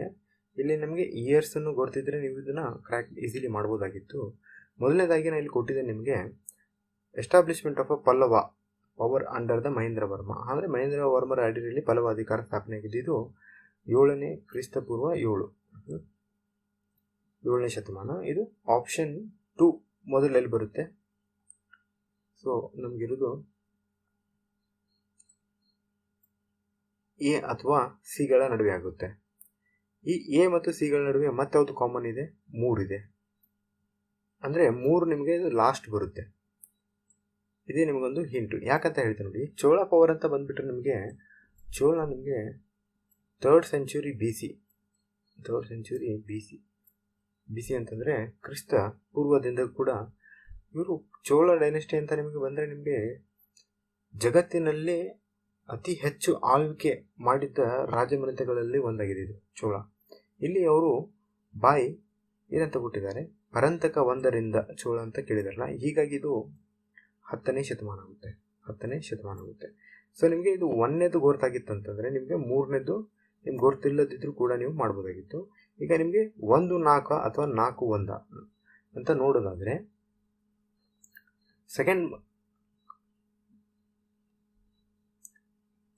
ಸೆಕೆಂಡ್ ನೋಡೋದಾದರೆ ನಾವು ಪಾಲ ಡೈನೆಸ್ಟಿ, ಗೋಪಾಲರಿಂದ ಸ್ಥಾಪನೆ ವಂಶವಾದ ಪಾಲ ಡೈನೆಸ್ಟಿ ಇದು 8ನೇ ಶತಮಾನದ ವೇಳೆಗೆ ನೋಡ್ಬೋದಾಗಿತ್ತು. ಹಾಗೆ ನೆಕ್ಸ್ಟ್ ಬಂದ್ಬಿಟ್ಟು ರಾಜಭೋಜನ ಅಡಿಯಲ್ಲಿ ಪ್ರತಿಹಾರಗಳ ಉದಯ, ಇದು 9ನೇ ಶತಮಾನ. ಇದನ್ನು ನೀವು ಮೊದಲಿನಿಂದ ಕಾಲಾಂತರ ಮಾಡಿದರೆ 2, 4, 1, 3 ಆಗುತ್ತೆ. 2, 4, 1, 3 ಆಪ್ಷನ್ 3 ಸರಿಯಾದ ಉತ್ತರ. ಇದೊಂದು ನಾನು ಮಾಡರೇಟ್ ಡಿಫಿಕಲ್ಟ್ ಲೆವೆಲ್ ಅಂತ ಕೂಡ ಹೇಳಬಹುದಾಗಿದೆ. ನೋಡಿ, ಇಲ್ಲಿ ಹುಂಡಿಯ ಸ್ವರೂಪವನ್ನು ಕೇಳಿದ್ದಾರೆ ಈ ಪ್ರಶ್ನೆಗಳಲ್ಲಿ. 11ನೇ ಪ್ರಶ್ನೆ, ಹರ್ಷ ನಂತರದ ಅವಧಿಯ ಮೂಲದಲ್ಲಿ ಸಾಮಾನ್ಯವಾಗಿ ಉಲ್ಲೇಖಿಸಲಾದ ಹುಂಡಿಯ ಸ್ವರೂಪವನ್ನು ಈ ಕೆಳಗಿನ ಯಾವ ನುಡಿಗಂಟು ವ್ಯಾಖ್ಯಾನಿಸುತ್ತದೆ? ಯಾವ ಒಂದು ಫ್ರೇಜಲ್ಲಿ ಕೊಟ್ಟಿದ್ದಾನೆ. ಮೊದಲನೇದು, ರಾಜನು ತನ್ನ ಅಧೀನದ ಅಧಿಕಾರಿಗಳಿಗೆ ನೀಡಿದ ಸಲಹೆ, ದೈನಂದಿನ ಖಾತೆಗಳಿಗೆ ನಿರ್ವಹಿಸಬೇಕಾದ ಡೈರಿ, ವಿನಿಮಯ ಪತ್ರ, ಉಳಿಗಮಾನ ಪ್ರಭುವಿನಿಂದ ಅವನ ಅಧೀನ ಅಧಿಕಾರಿಗಳಿಗೆ ಆದೇಶ. ಇಲ್ಲಿ ನಿಮಗೆ ಇದು ಸರಿಯಾದ ಉತ್ತರ ಬಿಲ್ ಆಫ್ ಎಕ್ಸ್ಚೇಂಜ್. ಏನಿದು ಹುಂಡಿ ಸಿಸ್ಟಮ್ ಅಂತಂದರೆ, ಮೊದಲು ಈಗಿದ್ದ ಹಾಗೆ ಎಲ್ಲ ನಿಮಗೆ ಚೆಕ್ ಎಲ್ಲ ಇರ್ತಿದ್ದಿಲ್ಲ. ಅಲ್ಲಿ ಏನಿರ್ತೈತೆ ಅಂತಂದರೆ, ಈಗ ಒಂದು ತಿಳ್ಕೊಳ್ಳಿ, ಒಂದು ನನಗೆ ಲೆಟ್ರ್ ಬರೆದು ಕೊಡ್ತೇನೆ. ಈ ಲೆಟ್ರ್ನಲ್ಲಿ ನಿಮಗೆ ಇಷ್ಟು ದುಡ್ಡು ಬೇಕು ಅಂತ ನಾನು ಬರೆದು ಕೊಟ್ಟರೆ, ಆ ವ್ಯಕ್ತಿ ತಗೊಂಡು ಆ ಒಂದು ಲೆಟರ್ನ ತೊಗೊಂಡು ಹೋಗಿ ಇನ್ನೊಂದು ಜಾಗದಲ್ಲಿ ಕೊಟ್ಟಾಗ ಅವನಿಗೆ ಆ ದುಡ್ಡಲ್ಲಿ ಸಿಗ್ತಿತ್ತು. ಓಕೆ, ಇದನ್ನು ಬಿಲ್ ಆಫ್ ಎಕ್ಸ್ಚೇಂಜ್ ಅಂತ ಹೇಳ್ತೇವೆ. ಅಂದರೆ it's something like remittance instrument to transfer money from place to place. ಇಲ್ಲಿ RBI ಕೂಡ ಹುಂಡಿನ ಈಗ ವ್ಯಾಖ್ಯಾನಿಸ್ತಾರೆ ಅಂತ ಹೇಳಿ ಕೂಡ ನಾನು ಇಲ್ಲೊಂದು ಸ್ಟೇಟ್ಮೆಂಟ್ನ ಕೊಟ್ಟಿದ್ದೇನೆ. ಇದನ್ನು ನೀವು ನೋಡ್ಕೊಳ್ಳಿ. ಮತ್ತು ಹುಂಡಿಯ ವಿಧಗಳು ಅಂತ ಬಂದರೆ ನಿಮಗೆ ಸಹಯೋಗ ಹುಂಡಿ, ಜೋಖಿಮ್ ಹುಂಡಿ, ಜವಾಬಿ ಹುಂಡಿ, ಕೋಟಿ ಹುಂಡಿ, ಆಮೇಲೆ ದರ್ಶನಿ ಹುಂಡಿ, ಈ ರೀತಿ ಇದು ಟೈಪ್ಸ್ ಕೂಡ ಬರುತ್ತಿದೆ ಹುಂಡಿಗಳಲ್ಲಿ. ಸೊ ಹುಂಡಿ ಸಿಸ್ಟಮ್ ಯಾವುದಕ್ಕೆ ಅಂತ ಸಂಬಂಧಪಟ್ಟಿದೆ ಅಂಥೇಳಿ ನಿಮಗೆ ಕೇಳಲ್ಪಟ್ಟರೆ ಇದು ಬಿಲ್ ಆಫ್ ಎಕ್ಸ್ಚೇಂಜ್, ವಿನಿಮಯ ಪತ್ರ. ವಿನಿಮಯ ಪತ್ರ option C is the correct answer. ಇದನ್ನು ನೆನ್ಪಿಟ್ಕೊಳ್ಳಿ. ಸೊ ಮುಂದಿನ ಪ್ರಶ್ನೆ, so very difficult question, very difficult question, ತುಂಬಾ ಡಿಫಿಕಲ್ಟ್ ಕ್ವಶನ್ ಆಗಿತ್ತು. ನೋಡಿ, ಪ್ರಾಚೀನ ಭಾರತದಲ್ಲಿ ಗುಪ್ತ ರಾಜವಂಶ ಅವಧಿಯನ್ನು ಉಲ್ಲೇಖಿಸಬೇಕು. ಅಲ್ಲಿ ಘಂಟಶಾಲ, ಕಡೂರ, ಚೌಲ ಪಟ್ಟಣಗಳು ಯಾವುದಕ್ಕೆ ಪ್ರಸಿದ್ಧವಾಗಿದೆ? ಇವುಗಳು ಪೋರ್ಟ್ ಹ್ಯಾಂಡ್ಲಿಂಗ್ ಫಾರಿನ್ ಟ್ರೇಡ್ಸ್. ಮೊದಲನೆಯ ಆಪ್ಷನ್ನು ಸರಿಯಾಗಿದೆ. ಇಲ್ಲ ನಿಮಗೆ ಡೈರೆಕ್ಟ್ಲಿ ಸ್ಟೇಟ್ಮೆಂಟ್ ಕೊಡ್ತೇನೆ. ನೀವು ನಾನು ಇಲ್ಲಿ ಕೊಟ್ಟಿರುವಂಥ ಒಂದು ಸೋರ್ಸನ್ನು ಈ ಒಂದು ವೆಬ್ಸೈಟ್ನಲ್ಲಿ ನೀವು ಹೋದರೆ ನಿಮಗೆ ಇದ್ರ ಬಗ್ಗೆ ನಿಮಗೆ ಮಾಹಿತಿ ಸಿಗ್ತಾ ಹೋಗುತ್ತೆ. ಅದನ್ನು ನಾನು ಇಲ್ಲಿ ಕೆಳಗಡೆ ಕೊಟ್ಟಿದ್ದೇನೆ ನೋಡಿ.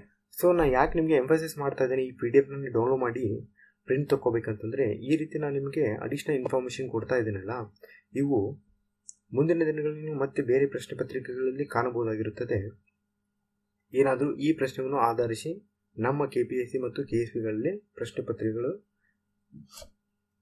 ಸ್ವಲ್ಪ ಡಿಫಿಕಲ್ಟ್ ಮಾಡಬೇಕಂತ ಏನಾದರೂ ಇದ್ದರೆ, ಇಲ್ಲಿ ನೋಡಿ ನಿಮಗೆ ಈ ಹಡಗು ನಿರ್ಮಾಣ, ಬಂದರು, ಗೋದಾಮುಗಳು ಸ್ಥಾಪನೆ ಪುರಾಗಳು ಹರಪ್ಪನ ಸಂಸ್ಕೃತಿಯಿಂದ ಕೂಡ ನಾವು ನೋಡ್ಬೋದು. ಹರಪ್ಪನ ಕಾಲದಿಂದ ಒಂದು ಪೋರ್ಟ್ಸನ್ನು ಅಂದರೆ ಬಂದರುಗಳು ನೋಡ್ತಾ ಆದರೆ ಲೋಥಲ್ ಅನ್ನೋದು ಕೂಡ ಇದೊಂದು ಪೋರ್ಟ್ ಆಗಿತ್ತು, ಕಿಂದರ್ ಕೇರ್ ಆಗಿತ್ತು, ಕುಂಟಸಿ ಆಗಿತ್ತು, ಲಕ್ಬಾವಲ್ ಆಗಿತ್ತು, ಮೇಗಾಮ್ ಆಗಿತ್ತು, ಆಮ್ರ ಆಗಿತ್ತು, ಪ್ರವಾಸ ಆಗಿತ್ತು, ತೊಡಿಗೋ ಆಗಿತ್ತು. ಸೊ ಒಂದ್ಸಲ ನೀವು ಇದನ್ನು ನೋಡ್ಕೊಳ್ಳಿ, ನೆನಪುಳಿದಷ್ಟು ಉಳಿಯಿತು. ಬಟ್ 1, 2 ಸಲ 3 ಸಲ ನೀವು ನೋಡಿದರೆ ನಿಮಗೆ ಸಬ್ ಕಾನ್ಷಿಯಸ್ ಮೈಂಡ್ನಲ್ಲಿ ಇರುತ್ತೆ. ಇಲ್ಲಿ ನಿಮಗೆ ನೆನಪಿಟ್ಕೊಳ್ಳಿಕ್ಕಾಗಿಲ್ಲ ಅಂತಂದು ಕೂಡ ಆಪ್ಷನ್ ನೋಡಿದಾಗ ನಿಮಗೆ ಅಲ್ಲಿ ಎಕ್ಸಾಮ್ನಲ್ಲಿ ಖಂಡಿತವಾಗ್ಲೂ ನೆನಪು ಬರುತ್ತೆ. ಆ ಒಂದು ಕಾರಣದಿಂದ ನಾನು ಇದನ್ನು ನಿಮಗೆ ಇಲ್ಲಿ ಸಂಪೂರ್ಣವಾಗಿ ಇದರ ಒಂದು ವಿಶ್ಲೇಷಣೆಯಲ್ಲಿ ಕೊಟ್ಟಿದ್ದೇನೆ. ನಾವು ಐತಿಹಾಸಿಕವಾಗಿ ನೋಡ್ತಾ ಇದ್ದರೆ ನಾವು ಭಾರತದ ವ್ಯಾಪಾರ ಮತ್ತು ಸಂಸ್ಕೃತಿ ಸಂಪರ್ಕ ನಾವು ಈಜಿಪ್ಟ್ನೊಂದಿಗೆ ನೋಡ್ಬೋದಾಗಿತ್ತು. ರೋಮ್ ಮತ್ತು ಗ್ರೀಕ್, ಅರಬ್, ಚೀನಾ ಹಾಗೆ ಇತರ ಎಲ್ಲ ಆಗ್ನೇಯ ಏಷ್ಯಾದ ದೇಶಗಳೊಂದಿಗೆ ಕೂಡ ನಾವು ಕಾಣ್ಬೋದಾಗಿತ್ತು. ಈ ಒಂದು ಸ್ಟೇಟ್ಮೆಂಟ್ ಕೂಡ ನಿಮಗೆ ತುಂಬಾ ಇಂಪಾರ್ಟೆಂಟ್. ಮುಂದೆ ಬಂದುಬಿಟ್ರೆ ಪಶ್ಚಿಮ ಕರಾವಳಿ ಬಂದರುಗಳು ಯಾವುವು ಇಲ್ಲಿ ಕೊಟ್ಟಿದ್ದೀನಿ, ಇಲ್ಲ ನೋಡ್ಕೊಳ್ಳಿ ನೀವು. ನೋಡಿ, ಬರಿಗಯ, ಸುಪಾರ, ಕ್ಯಾಲಿಯನ್, ಸೆಮಿಲಾ ಇವೆಲ್ಲ ನೋಡ್ಕೊಳ್ಳಿ ಒಂದ್ಸಲ ನೋಡ್ಕೊಳ್ಳಿ ನೀವು. ಹಾಗೆ ಪೂರ್ವ ಕರಾವಳಿ ಬಂದರುಗಳು ಕೂಡ ಒಂದು ಲಿಸ್ಟನ್ನು ಕೊಟ್ಟಿದ್ದೀನಿ ನಾನು. ಈಗ ಅಲ್ಲಿ ನಿಮ್ಗೆ ಯಾವುದೋ ಒಂದು ವೆಬ್ಸೈಟ್ ತೋರಿಸಿದಲ್ಲ, ಆ ವೆಬ್ಸೈಟ್ನಲ್ಲಿ ಇಲ್ಲಿ ನೋಡಿ ಘಂಟಶಾಲ ಇದೆ. ಘಂಟಶಾಲ ಇದೇನಿದು ಒಂದು ಬಂದರು ಆಯಿತು. ಮುಂದೆ ನೋಡಿ, ಅದೇ ನಿಮಗೆ ಇನ್ಶೋರ್ ಎಕ್ಸ್ಪ್ಲೋರೇಷನ್ ಅಂತ ಬರುತ್ತೆ. ಪಶ್ಚಿಮ ಕರಾವಳಿಯ ಕಡಲಾಚೆಯ ಪರಿಶೋಧನೆ ಅಂತ ಬಂದಾಗ ಅಲ್ಲಿ ನಿಮಗೆ ಮಾಲೂನ್ ಬರುತ್ತೆ, ಸೂಪರ್ ಬರುತ್ತೆ, ಎಲಿಫೆಂಟಾ ಬರುತ್ತೆ, ಎಲಿಫೆಂಟ್ ಐಲ್ಯಾಂಡು ಮತ್ತು ಚೌಲ್. ಹಾಗೆ ಪೂರ್ವ ಕರಾವಳಿಯಲ್ಲಿ ಬಂದಾಗ ನಮಗೆ ನೀವು ಇಲ್ಲೊಂದು ಹೊನ್ನಾವರ ಕೂಡ ಬರುತ್ತಿದೆ, ಇದು ನೆನಪಿಟ್ಕೊಳ್ಳಿ. ಅದೇ ಪೂರ್ವ ಕರಾವಳಿಯ ಕಡಲಾಚೆ ಪರಿಶೋಧನೆಯಲ್ಲಿ ಬಂದಾಗ ನಿಮಗೆ ಮಾನಿಕಟ್ಟ, ಕಲ್ಲಿಂಗಪಟ್ಟನ್, ಪಂಪುಹಾರ, ಆಮೇಲೆ ಟ್ರ್ಯಾಂಕ್ಬೋರ್ ಇವು ಕೂಡ ನೀವು ಒಂದ್ಸಲ ನೋಡ್ಕೊಳ್ಳಿ. ಇವು ಯಾವುದಕ್ಕೆ ಸಂಬಂಧಪಟ್ಟಿದೆ ಅಂತ ಅವರು ಕೇಳಿದ್ದಾರೆ. ಸೊ ಇದು ಒಂದು ಕ್ವಶನ್ ಮಾಡೋದು ತುಂಬಾ ಡಿಫಿಕಲ್ಟ್ ಆಗಿತ್ತು. ಇದು ಪೋರ್ಟ್ಸ್ ಹ್ಯಾಂಡ್ಲಿಂಗ್ ಫಾರಿನ್ ಟ್ರೇಡ್ಸ್ ಅಂತ ಕೂಡ ನಾವು ಹೇಳ್ಬೋದು. ವಿದೇಶಿ ವ್ಯಾಪಾರ ನಿರ್ವಹಿಸುವ ಬಂದರುಗಳಾಗಿದ್ದವು. ಇವೆಲ್ಲ ಕೂಡ ಬಂದರು. ನಾನು ಇಲ್ಲಿ ನಿಮಗೆ ಬಂದರುಗಳ ಲಿಸ್ಟ್ ಕೊಟ್ಟಿದ್ದೇನೆ. ಇವುಗಳನ್ನು ನೀವು ಬರೀತಾ ಕೂತ್ರೆ ನಿಮಗೆ ಸುಮ್ಮನೆ ಟೈಮ್ ಹೋಗುತ್ತೆ. ಹೀಗಾಗಿ ನಾನು ಹೇಳ್ತಾ ಇರೋದು PDF ಡೌನ್ಲೋಡ್ ಮಾಡ್ಕೊಳ್ಳಿ. ಮುಂದಿನ ಪ್ರಶ್ನೆ ನೋಡಿ, ಇಂಟ್ರೆಸ್ಟಿಂಗ್ ಇದೆ. 13ನೇದು, ಭಾರತದ ಇತಿಹಾಸವನ್ನು ಉಲ್ಲೇಖಿಸಿ ಕೆಳಗಿನ ಜೋಡಿಗಳನ್ನು ಪರಿಗಣಿಸಬೇಕು. ಏನು ಕೊಟ್ಟಿದ್ದಾರೆ ಇಲ್ಲಿ? ಪ್ರಸಿದ್ಧ ಸ್ಥಳಗಳು ಕೊಟ್ಟಿದ್ದಾರೆ ಮತ್ತು ಪ್ರಸ್ತುತ ರಾಜ್ಯ ಕೊಟ್ಟಿದ್ದಾರೆ. ನೋಡಿ, ಇಲ್ಲಿ ನೀವು ಸ್ವಲ್ಪ ಕಾಮನ್ ಸೆನ್ಸ್ ಅಪ್ಲೈ ಮಾಡಿದರೆ ನಾವು ಮಾಡ್ಬೋದಾಗಿತ್ತು. ನೋಡಿ, ನಮ್ಮ ಕರ್ನಾಟಕದವರಾಗಲಿ ಅಥವಾ ದಕ್ಷಿಣ ಭಾರತದವರಾಗಲಿ ದ್ವಾರ ಸಮುದ್ರ ಸ್ವಲ್ಪ ಸರ್ವೇ ಸಾಮಾನ್ಯವಾಗಿ ಗೊತ್ತಿದೆ. ದ್ವಾರ ಸಮುದ್ರ ಯಾವುದಕ್ಕೆ ಸಂಬಂಧ? ಕರ್ನಾಟಕ. ಅಂದರೆ ನಿಮಗೆ ಇಲ್ಲಿ ಕೆಳಗೆ ಮೇಲೆ ನೀಡಲಾದ ಜೋಡಿಗಳಲ್ಲಿ ಯಾವುದು ಸರಿಯಾಗಿ ಹೋಲಿಕೆ ಆಗುತ್ತದೆ, ಅಂದರೆ ಕರೆಕ್ಟ್ಲಿ ಮ್ಯಾಚ್ಡ್ ಅಂತ ಕೇಳ್ತಾ ಇದ್ದಾರೆ. ಸೊ 2 ನಮಗೆ 2 ಅಲ್ಲ ಅನ್ನೋದು ನಮಗೆ ಸರಳವಾಗಿ ಗೊತ್ತಾಗುತ್ತೆ. 2 ಅಲ್ಲ ಅಂತಂದರೆ ನಾನು ಆಪ್ಷನ್ ಸಿ ಮತ್ತು ಆಪ್ಷನ್ ಡಿ ತೆಗೆದು ಬಿಡ್ತೇನೆ. ಆಪ್ಷನ್ ಸಿ ಆಪ್ಷನ್ ಡಿ ತೆಗೆದ್ರೆ ನನಗೆ ಇಲ್ಲೇನು ಉಳಿತಿದೆ? 2 ಎ ಮತ್ತು ಬಿಗಳಲ್ಲಿ ನಂದು ಉತ್ತರ ಆಗಿತ್ತು. ಎ ಮತ್ತು ಬಿಗಳಲ್ಲಿ 1 ಕಾಮನ್ ಆಗಿದೆ. ಅಂದರೆ 1 ನಿಮಗೆ ಗೊತ್ತಿಲ್ಲ ಅಂದರೂ ಕೂಡ ಬಿಲ್ಸ ಎದಕ್ಕೆ ಬರ್ತಿದೆ ಅಂತಂದರೆ ಮಧ್ಯಪ್ರದೇಶದಲ್ಲಿ ಬರ್ತಿದೆ ಅಂತೇಳಿ ನೀವು ಮಾಡ್ಬೋದಾಗಿತ್ತು. ಮುಂದೊಂದ್ಬಿಟ್ರೆ ಗಿರಿನಗರ್ ಗುಜರಾತ ಅಥವಾ ಸ್ಥಾನೇಶ್ವರ್ ಉತ್ತರ ಪ್ರದೇಶ, ಇವೆರಡರಲ್ಲಿ ನಿಮ್ಗೆ ಕನ್ಫ್ಯೂಷನ್ ಆಗ್ತಿದೆ. ನೀವು ಸ್ವಲ್ಪ ಇದು ನಿಮ್ಮದು ಎನ್ವಿರಾನ್ಮೆಂಟು, ನೀವು ಲಯನ್ಸ್ ಬಗ್ಗೆ ನೀವು ಕೇಳಿದ್ದೀರಾ, ಗಿರಿನಾರ್ ಫಾರೆಸ್ಟ್ ಬಗ್ಗೆ, ಇದು ಗುಜರಾತ್ನಲ್ಲಿದೆ ಅಂತ ಹೇಳಿ. ಹೀಗಾಗಿ ನೀವು ಆ ಒಂದು ಲಾಜಿಕ್ ಅಪ್ಲೈ ಮಾಡಿದರೂ ಕೂಡ ಸರಿಯಾದ ಉತ್ತರ ಇದು 3 ನಿಮಗೆ 3 ಆಗಿತ್ತು. ಹೀಗಾಗಿ ಸರಿಯಾದ ಉತ್ತರಕ್ಕೆ ಈ ರೀತಿ ಒಂದು ಲಾಜಿಕ್ನ ಅಪ್ಲೈ ಮಾಡಿ ಕೂಡ ನೀವು ಬರ್ಬೋದಾಗಿತ್ತು. 1 ಮತ್ತು 3 option A is the correct answer. ನೋಡಿ, ಬಂದ್ಬಿಟ್ಟಿದ್ದೊಂದು ಪರಮಾರ ಡೈನೆಸ್ಟಿ ಅಂತೇಳಿ. ಇದು ಅಲ್ಲಾವುದ್ದೀನ್ ಖಿಲ್ಜಿ ಅವರು 13ನೇ ಶತಮಾನದಲ್ಲಿ ಅದನ್ನು ರೈಡ್ ಮಾಡಿರ್ತಾರೆ. ಇದು ಈಗ ವಿದಿಶಾ ಅಂತ ಕೂಡ ಪ್ರೆಸೆಂಟ್ಲಿ ಇದನ್ನು ಕರೀತಾರೆ. ಇದು ಮಧ್ಯಪ್ರದೇಶದಲ್ಲಿದೆ. ದ್ವಾರ ಸಮುದ್ರ ಅಂತ ಬಂದ್ಬಿಟ್ರೆ ನಿಮಗೆ ಇದು ಹೊಯ್ಸಳದ ಕ್ಯಾಪಿಟಲ್ ಹೌದಲ್ವಾ, ಹಳೇಬೀಡು ಇನ್ ಕರ್ನಾಟಕ 12th ಸೆಂಚುರಿಯಲ್ಲಿ, ಇದು 12ನೇ ಶತಮಾನದಲ್ಲಿ. ಈಗ ಗಿರಿನಗರ್ ಅಂತಂತಂದರೆ ಇದೊಂದು city top of the mountain ಅಂತ ಹೇಳಿ, ಬೆಟ್ಟದ ಮೇಲಿರುವ ಒಂದು ನಗರ ಅಂತೇಳಿ ಅರ್ಥವಾಗುತ್ತದೆ. ಇದು ಜುನಾಗಢ್ನಲ್ಲಿದೆ, ಗುಜರಾತ್. ದತ್ತಾತ್ರೇಯ ಕಥೆಗಳು ಕೂಡ ಇಲ್ಲಿ ನಾವು ಕಾಣಬಹುದಾಗಿತ್ತು. ಆನೇಶ್ವರ ಮಹಾದೇವ್ ಟೆಂಪಲ್ ಇದೆಲ್ಲಿದೆ ಅಂತಂದರೆ ಇದು ಲಾರ್ಡ್ ಶಿವಾಗೆ ಡೆಡಿಕೇಟೆಡ್ ಇದೆ. ತಾನೇಶ್ವರ ಇದು ಕುರುಕ್ಷೇತ್ರ ಡಿಸ್ಟಿಕ್ಕು ಹರಿಯಾಣದಲ್ಲಿದೆ. ಕುರುಕ್ಷೇತ್ರ ಡಿಸ್ಟಿಕ್ಕು ಹರಿಯಾಣ, ಉತ್ತರ ಪ್ರದೇಶ ಅಲ್ಲ. ಸೊ ಇದು ನಿಮಗೆ ಕ್ಲಿಯರ್ ಆಯ್ತಂತ ನಾನು ಭಾವಿಸ್ತೇನೆ. ಸೊ ಇದು ಕೂಡ ಒಂದು ಡಿಫಿಕಲ್ಟ್ ಕ್ವಶನ್ನೇ. ಇಲ್ಲಿ ನೋಡಿ, ಭಾರತದ ಇತಿಹಾಸವನ್ನು ಉಲ್ಲೇಖಿಸಿ ಕೆಳಗಿನ ಜೋಡಿಗಳನ್ನು ಪರಿಗಣಿಸಬೇಕು. ಏನುವುದು? ಮೊದಲನೇದು ಔರಂಗ, ರಾಜ್ಯದ ಖಜಾನೆಯ ಉಸ್ತುವಾರಿ. ಬನಿಯನ್, ಈಸ್ಟ್ ಇಂಡಿಯಾ ಕಂಪನಿಯ ಭಾರತೀಯ ದಳ್ಳಾಲಿ. ಮಿರಾಶಿದಾರ್, ರಾಜ್ಯಕ್ಕೆ ಆದಾಯ ಪಾವತಿಸುವವರನ್ನು ನೇಮಿಸಲಾಗಿತ್ತು. Designated revenue payer to the state ಅಂತೇಳಿ. ಇಲ್ಲಿ ನಾವು ಯಾವುದು ಕರೆಕ್ಟ್ಲಿ ಮ್ಯಾಚ್ ಆಗಿದೆ ಅಂತೇಳಿ ನೋಡಬೇಕಾಗಿದೆ. ಈ 3 ಪದಗಳಲ್ಲಿ ನನ್ನ ಅನಿಸಿಕೆ ನಿಮಗೆ ಇದು ಮಿರಾಸಿದಾರ್ ಗೊತ್ತಿರ್ಬೋದು. ಯಾಕಂತಂದರೆ ಇದು ರೋಯತ್ವಾರಿ ಸಿಸ್ಟಮ್ನಲ್ಲಿ ಇದನ್ನು ಗೌರ್ಮೆಂಟು ರಿಕಾಗ್ನೈಸ್ ಮಾಡಿತ್ತು. ರೋಯತ್ವಾರಿ ಸಿಸ್ಟಮ್ ಇದು ಮಿರಾಸಾರಿ ಅಂತಂತಂದರೆ ಒಂದು ಹೆರಿಡೇಟಿವ್ ಓನರ್ಶಿಪ್ನ ಲ್ಯಾಂಡನ್ನು ಹೆರಿಡೇಟರಿ ಓನರ್ಶಿಪ್ನಲ್ಲಿ ಹೋಗ್ತಾ ಇತ್ತು. ಆನುವಂಶಿಕ ಭೂಮಿ ಕಾನೂನು ಮಾರಾಟ ಬಗ್ಗೆ ಇದು ತಿಳಿಸುತ್ತದೆ. ಇದು ದಕ್ಷಿಣ ಭಾರತದಲ್ಲಿ ಲ್ಯಾಂಡ್ ಓನರ್ಶಿಪ್ ಬಗ್ಗೆ ಯೂಸ್ ಮಾಡ್ತಾ ಇದ್ದಂಥ ಒಂದು ಪದವಾಗಿತ್ತು. ಸೊ ಆಪ್ಷನ್ 3 ಇದು ಕರೆಕ್ಟ್ ಆಗಿದೆ. ಬನಿಯನ್ ಇದು ಬಂಗಾಳದಲ್ಲಿ ಹಿಂದೂ ಮರ್ಚೆಂಟ್ಸ್ ಟ್ರೇಡರ್ಸಿಗೆ ಅದನ್ನು ಯೂಸ್ ಮಾಡ್ತಾ ಇದ್ರು, ವರ್ಡ್ ಬನಿಯನ್ ಅಂತ ಹೇಳಿ. ಔರಂಗ ಬಂದ್ಬಿಟ್ರೆ ಔರಂಗ ಇದೊಂದು ಪರ್ಷಿಯನ್ ವರ್ಡ್. ಇದೊಂದು ಪರ್ಷಿಯನ್ ಟರ್ಮ್ ಆಗಿತ್ತು. ಇದು ಸುಮಾರು 18ನೇ ಶತಮಾನದಲ್ಲಿ ಒಂದು ಪ್ಲೇಸಿಗೆ, ಒಂದು ಸ್ಥಳಕ್ಕೆ ಇಲ್ಲಿ ಸ್ಕಿಲ್ಡ್ ವರ್ಕರ್ಸ್ ಬರ್ತಾ ಇದ್ರು. ಹಾಗೆ ಇಲ್ಲಿ ಮ್ಯಾನುಫ್ಯಾಕ್ಚರ್ ಆದಂಥ ಗೂಡ್ಸ್ಗಳು ಒಂದೇ ಜಾಗದಲ್ಲಿ ಬರ್ತಾ ಇದ್ವಿ. ಇಲ್ಲಿಂದ ಇಲ್ಲಿ ಅವರು ಸೇರ್ತಾ ಇದ್ರು. ಈ ಒಂದು ಸ್ಥಳಕ್ಕೆ ಔರಂಗ್ ಅಂತ 18ನೇ ಶತಮಾನ ಕಾಲಮಾನದಲ್ಲಿ ಉಪಯೋಗವಾಗ್ತಿತ್ತು. ಹೀಗಾಗಿ ರಾಜ್ಯದ ಖಜಾನೆ ಉಸ್ತುವಾರಿ ಅಲ್ಲ. ಹೀಗಾಗಿ ನಿಮಗೆ ಆಪ್ಷನ್ ಬಂದ್ಬಿಟ್ಟು 2 ಮತ್ತು 3 ಮಾತ್ರ ಸರಿಯಾಗಿದೆ. ಬನಿಯನ್ ಮತ್ತು ಮಿರಸ್ದಾರಿ ಸರಿಯಾಗಿ ಹೊದಿಕೆ ಆಗಿದೆ. ಔರಂಗ್ ಅನ್ನೋದು ತಪ್ಪಾಗಿದೆ. ಮುಂದಿನ ಪ್ರಶ್ನೆ, ಭಾರತದ ಸಾಂಸ್ಕೃತಿಕ ಇತಿಹಾಸವನ್ನು ಉಲ್ಲೇಖಿಸಿ ಕೆಳಗಿನ ಜೋಡಿಗಳನ್ನು ನಾವು ಪರಿಗಣಿಸಬೇಕು. ಅಂದರೆ ಕಲ್ಚರಲ್ ಹಿಸ್ಟ್ರಿ ಆಫ್ ಇಂಡಿಯಾ ಏನು, ಪರಿವ್ರಾಜಕ ಅಂದರೆ ಏನು, ಪುನರಾವರ್ತನೆ ಮತ್ತು ಅಳೆದಾಡುವನಂತಲೇ. ಶ್ರಮಣ ಅಂದರೆ ಉನ್ನತ ಸ್ಥಾನಮಾನ ಹೊಂದಿರುವ ಅರ್ಚಕ. ಉಪಾಸಕ ಬೌದ್ಧ ಧರ್ಮದ ಅನುಯಾಯಿ. ನೋಡಿ, ಮೊದಲನೇ ಆಪ್ಷನ್ನು ಪರಿವ್ರಾಜಕ ಅಂತಂತಂದರೆ ಇವರು ಮನೆ ತ್ಯಜಿಸಿ ಹಳ್ಳಿ ಕಾಡು ಇದೇ ರೀತಿ ಅಳೆದಾಡ್ತಾ ಇದ್ದರು.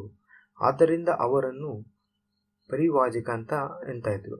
ಇವರಲ್ಲಿ ಮುಖ್ಯ ಪ್ರಮುಖರು ಯಾರು ಅಂತಂದರೆ ವರ್ಧಮಾನ ಮಹಾವೀರ, ಗೌತಮ ಬುದ್ಧ, ಮಕಾಲಿ, ಗೋಶಾಲ, ಅಜಿತ ಕೇಶಕಾಂಬಲಿನಿ, ಇವರು ಕೆಲವು ಪ್ರಮುಖರು ಅಂತ ನಾವು ಗುರುತಿಸಬಹುದು ಪರಿವ್ರಾಜಕಗಳಲ್ಲಿ. ಹೀಗಾಗಿ ನಿಮಗೆ ಪರಿವ್ರಾಜಕ ಮತ್ತು ಉಪಾಸಕ ನಿಮ್ಗೆ ಗೊತ್ತಿರ್ಬೋದು ಅಂತ ನಾನು ಭಾವಿಸ್ತೇನೆ. ಪರಿವ್ರಾಜಕ ನಿಮ್ಗೆ ಗೊತ್ತಿಲ್ಲ ಅಂತಂದ್ರೂ ಕೂಡ ಈಗ ಶ್ರಮನ ಬಗ್ಗೆ ನೀವು ಕೇಳಿರ್ತೀರ. ಐತಿಹಾಸಿಕ ಭಾರತದ ಇತಿಹಾಸದಲ್ಲಿ ನೀವು ನೋಡೋದಾದರೆ ಬ್ರಾಹ್ಮಣಿಕಲು ಮತ್ತು ಶ್ರಮಣ ಟ್ರೆಡಿಷನ್ನು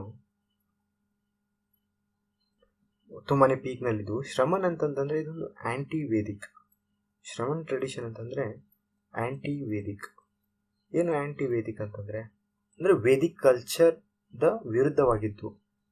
ಹೇಗೆ ಅಂದರೆ ಮೋಕ್ಷವನ್ನು ಸಾಧಿಸಲು ವೇದ ಆಚರಣೆಗೆ ಪರ್ಯಾಯವಾದ ಒಂದು ಮಾರ್ಗವನ್ನು ಅನುಸರಿಸುವುದು. ಶ್ರಮದಲ್ಲಿ ಒಂದು ದೇಶೀಯ ಜೀವನವನ್ನು ತ್ಯಜಿಸುವುದು. ಹೇಗೆ, 2 ಕಾನ್ಸೆಪ್ಟ್ ಬರುತ್ತೆ, ಒಂದು ಸಂಸಾರ ಮತ್ತು ಇನ್ನೊಂದು ಮೋಕ್ಷ. ಸಂಸಾರ ಅಂತಂದರೆ ಇದೊಂದು ಸೈಕಲ್, ಬರ್ತ್ ಮತ್ತು ಡೆತ್ಗಳ ನಡುವಿದು. ಮೋಕ್ಷ ಅಂತಂದರೆ ಇದೊಂದು ಲಿಬ್ರೇಷನ್ ಸೈಕಲ್ ಅಂತ ಕೂಡ ಕರಿತೇವೆ. ಇದು ಒಂದು ವರ್ಡ್. ಇದು ಶ್ರಮನ್ ಅನ್ನೋದಿದೆಯಲ್ಲ, ಇವರು ತಪಸ್ವಿಗಳು, ಸರಳ ತಪಸ್ವಿಗಳು. ಈ ಶ್ರಮನಲ್ಲಿ ಯಾರು ಬರ್ತದೆ, ಜೈನಿಸಮು, ಬುದ್ಧಿಸಮು ಮತ್ತು ಅಜೀವಿಕ.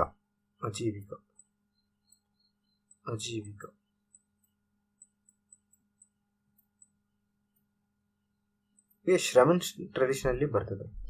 ಈ ಒಂದು ಇಲ್ಲಿ ಏನು ಕೊಟ್ಟಿದ್ದಾರೆ, ಉನ್ನತ ಸ್ಥಾನಮಾನ ಹೊಂದಿರುವ ಅರ್ಚಕ ಬರುವುದೇ ಇಲ್ಲ ಅಲ್ಲಿ. ಈ ಅರ್ಚಕನ ವರ್ಡೇ ಬರುವುದಿಲ್ಲ. ಹೀಗಾಗಿ ಆಪ್ಷನ್ 2 ಎಲ್ಲಿದೆ ಎಲಿಮಿನೇಟ್ ಮಾಡಿಬಿಡಿ. ಇದು ಹೋಯಿತು, ಸಿ ಹೋಯಿತು, ಡಿ ಹೋಯಿತು, ಉಳಿದಾವುದು ಬಿ ಮಾತ್ರ. ಹೀಗಾಗಿ ಸರಿಯಾದ ಉತ್ತರ ಎ, ಬಿ ಅಂತಂದರೆ 1 ಮತ್ತು 3. 1 ಬಗ್ಗೆ ನಾನು ಎಕ್ಸ್ಪ್ಲೇಷನ್ ಕೊಟ್ಟೆ. ಉಪಾಸಕ ಅಂತಂತಂದರೆ ಇದು ಸರಿಯಾಗಿದೆ, ಬೌದ್ಧ ಧರ್ಮದ ಇವರು ಅನುಯಾಯಿಗಳು. ಇದು ಉಪಾಸಕ ಎನ್ನುವುದು ನಿಮಗೆ ಒಂದು ಸಂಸ್ಕೃತ ಮತ್ತು ಪಾಲಿ. ಅಟೆಂಡೆಂಟ್ ಅಂತ ಹೇಳ್ತಾರೆ, ಸೇವಕ ಅಂತಂದರೆ ಫಾಲೋವರ್ ಆಫ್ ದಿ ಬುದ್ಧಿಸಮ್. ಹಾಗೆ ಸರಿಯಾದ ಉತ್ತರ ಆಪ್ಷನ್ ಬಿ ಆಗಿದೆ. ಇಲ್ಲಿ ನೋಡಿ, ಪ್ರಾಚೀನ ಭಾರತದ ಮೇಲೆ ಕೇಳಿದಂಥ ಪ್ರಶ್ನೆಗಳು ತುಂಬಾ ಡಿಫಿಕಲ್ಟ್ ಆಗಿತ್ತು. ಇಲ್ಲಿ ಅತಿ ಸೂಕ್ಷ್ಮವಾದಂತಹ ಫ್ಯಾಕ್ಟ್ಸ್ನ ಅವರು ಕೇಳ್ತಾ ಹೋಗಿದ್ರು. ಈ ಒಂದು ಪ್ರಶ್ನೆ ನೋಡೋದಾದರೆ, ಭಾರತದ ಧಾರ್ಮಿಕ ಇತಿಹಾಸವನ್ನು ಉಲ್ಲೇಖಿಸಿ ಈ ಕೆಳಗಿನ ಹೇಳಿಕೆಗಳನ್ನು ಪರಿಗಣಿಸಬೇಕು. ಯಾವುದು? ಸ್ಥಾವರವಾದಿಗಳು ಮಹಾಯಾನ ಬೌದ್ಧ ಧರ್ಮಕ್ಕೆ ಸೇರಿದ್ದಾರೆ. ಲೋಕೋತ್ತರವಾದಿಗಳು ಪಂಥವು ಬೌದ್ಧ ಧರ್ಮದ ಮಹಾಸಂಘಿಕ ಪಂಥದ ಒಂದು ಅಂಗವಾಗಿತ್ತು. ಮಹಾಸಂಘಿಕ ಬುದ್ಧನ ವಿರೂಪತೆಯು ಮಹಾಯಾನ ಬೌದ್ಧ ಧರ್ಮವನ್ನು ಬೆಳೆಸಿತು. ಇಲ್ಲಿ ನಾವು ಯಾವ ಒಂದು ಮೇಲೆ ಕೊಟ್ಟಿರುವಂಥ ಈ 3 ಸ್ಟೇಟ್ಮೆಂಟ್ಗಳಲ್ಲಿ ಸರಿಯಾಗಿದೆ ಅನ್ನೋದು ಈ ಕೆಳಗೆ ಕೊಟ್ಟಿರೋ ಆಪ್ಷನ್ಗಳಲ್ಲಿ ನಾವು ಗುರುತಿಸಬೇಕಾಗಿದೆ. ನಿಮಗೆ ಗೊತ್ತಿರೋ ಹಾಗೆ 4 ಬುದ್ಧಿಸ್ಟ್ ಕೌನ್ಸಿಲ್ಗಳು ನಡೀತಿತ್ತು, ಅಂದರೆ ಬೌದ್ಧ ಪರಿಷತ್ಗಳು. ಅದರಲ್ಲಿ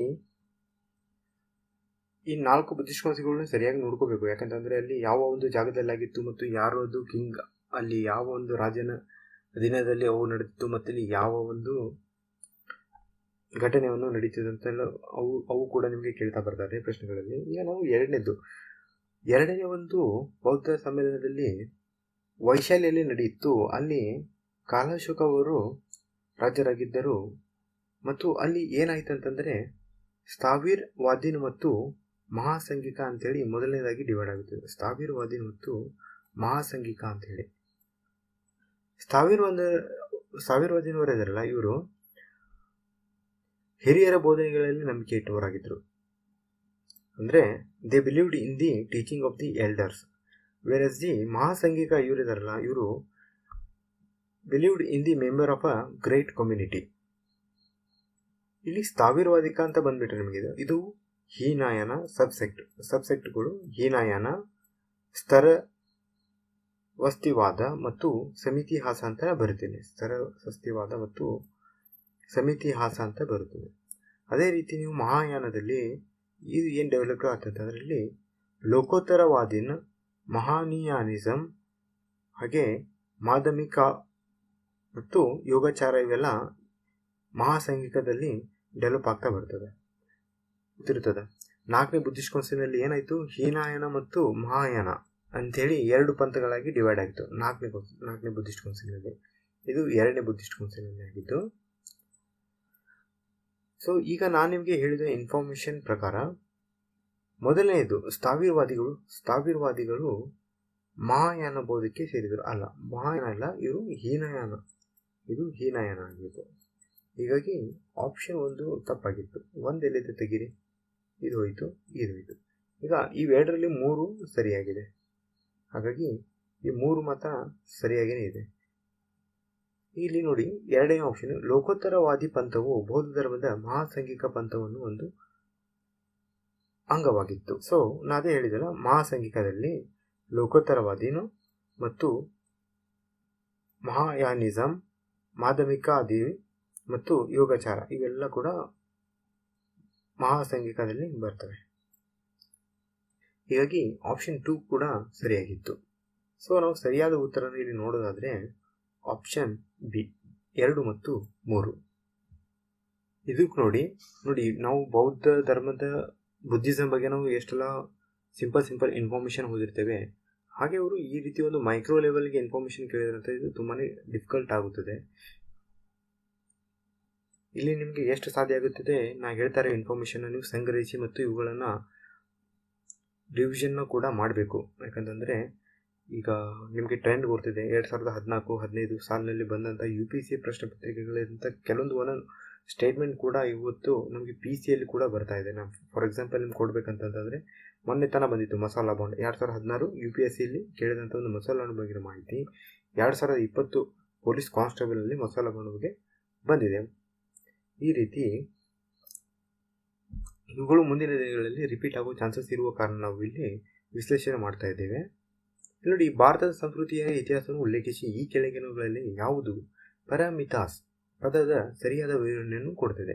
ನೋಡಿ, ಪ್ರಾಚೀನ ಅಂದರೆ ಸೂತ್ರ ಶೈಲಿಯ ಬರೆಯಲ್ಪಟ್ಟ ಆರಂಭಿಕ ಧರ್ಮಶಾಸ್ತ್ರ ಗ್ರಂಥಗಳು, ವೇದಗಳ ಅಧಿಕಾರವನ್ನು ಸ್ವೀಕರಿಸುವ ತಾತ್ವಿಕ ಶಾಲೆಗಳು ಪರಿಪೂರ್ಣತೆಯ ಬೋಧಿಸತ್ವ ಮಾರ್ಗಕ್ಕೆ ಕಾರಣವಾಗಿತ್ತು. ಆರಂಭಿಕ, ಮಾಧ್ಯಮಿಕ, ಮಧ್ಯಕಾಲೀನ ದಕ್ಷಿಣ ಭಾರತದ ಪ್ರಾಬಲ್ಯ ವ್ಯಾಪಾರಿ ವಿಭಾಗಗಳು. ಇಲ್ಲಿ ನೋಡಿ, ಪರಿಮಿತ ಎನ್ನುವುದು ಇದು ಒಂದು ಸಂಸ್ಕೃತ ಪದವಾಗಿದೆ. ಇದೊಂದು ಸಂಸ್ಕೃತ ಪದವಾಗಿದೆ. ಇದು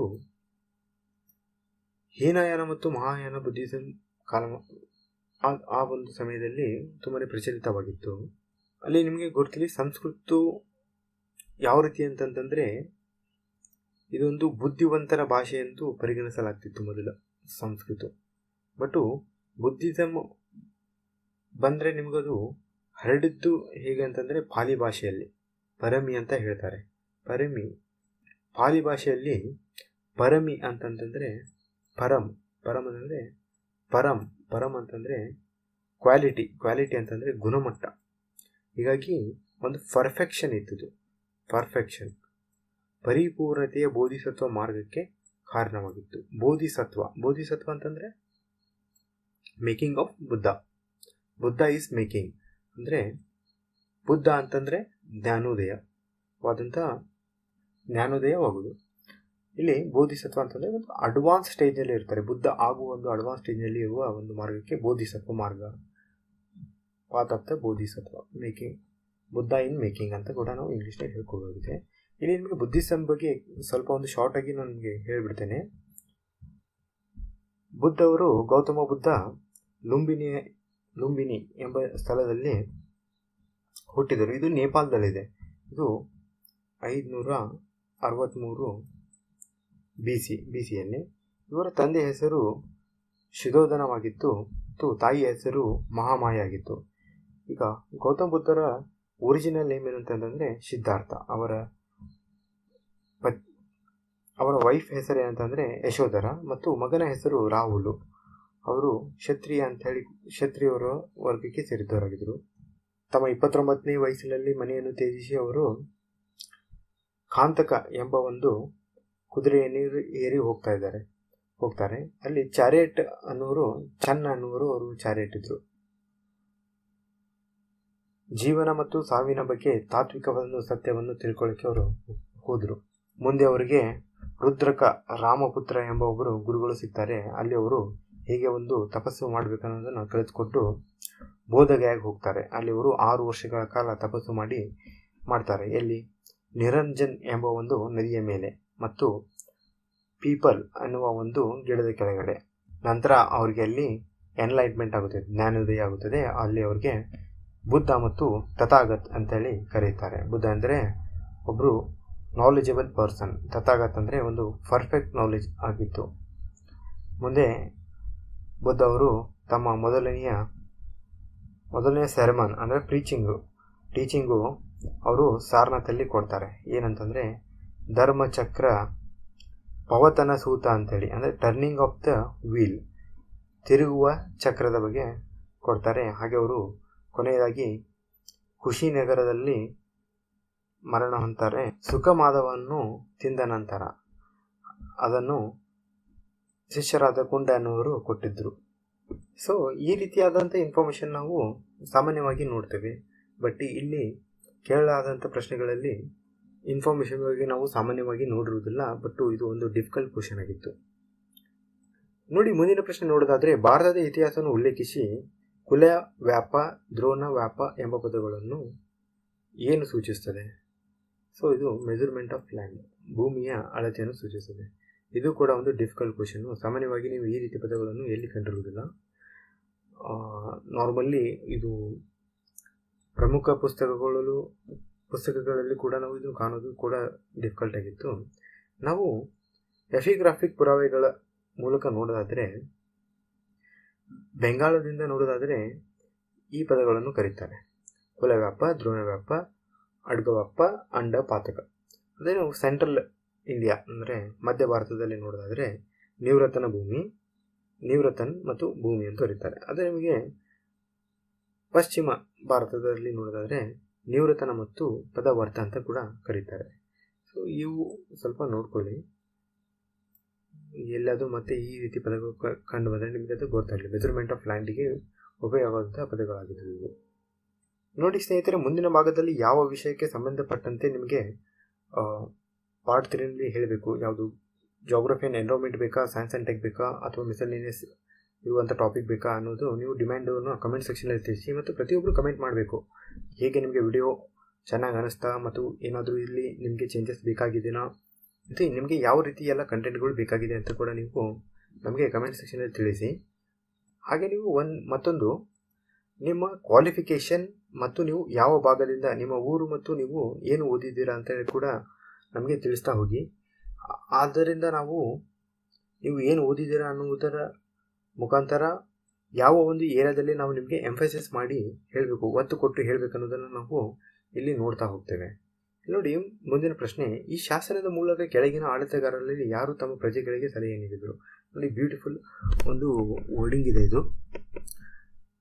ತನ್ನ ಧಾರ್ಮಿಕ ಪಂಥವನ್ನು ಕೊಂಡಾಡುವವನು ಅಥವಾ ಇತರ ಪಂಥಗಳನ್ನು ತನ್ನ ಪಂಥದ ಮೇಲಿನ ಅತಿಯಾದ ಭಕ್ತಿಯಿಂದ ದೂಷಿಸುವವನು ತನ್ನದೇ ಆದ ಪಂಥವನ್ನು ವೈಭವೀಕರಿಸುವ ದೃಷ್ಟಿಯಿಂದ ಅವನು ತನ್ನ ಪಂಥವನ್ನು ತೀವ್ರವಾಗಿ ಗಾಯಗೊಳಿಸುತ್ತಾನೆ.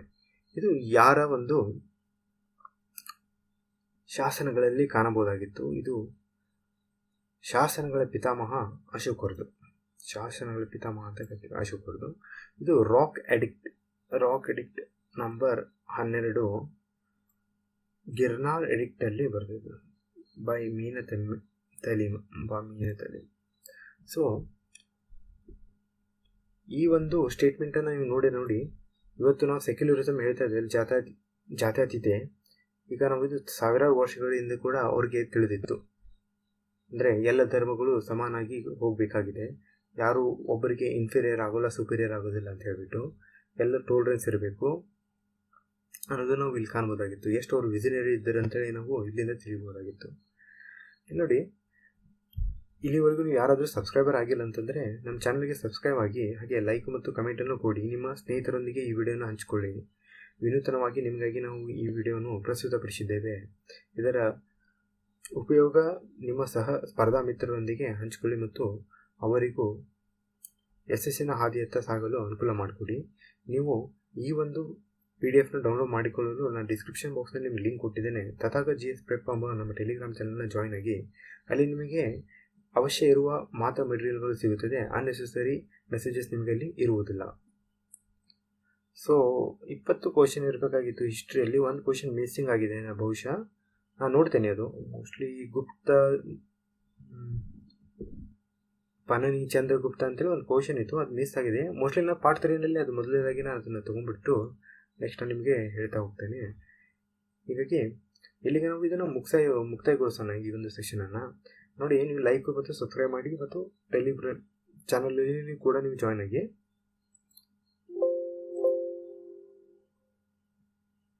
So happy learning, dear students. Thank you very much.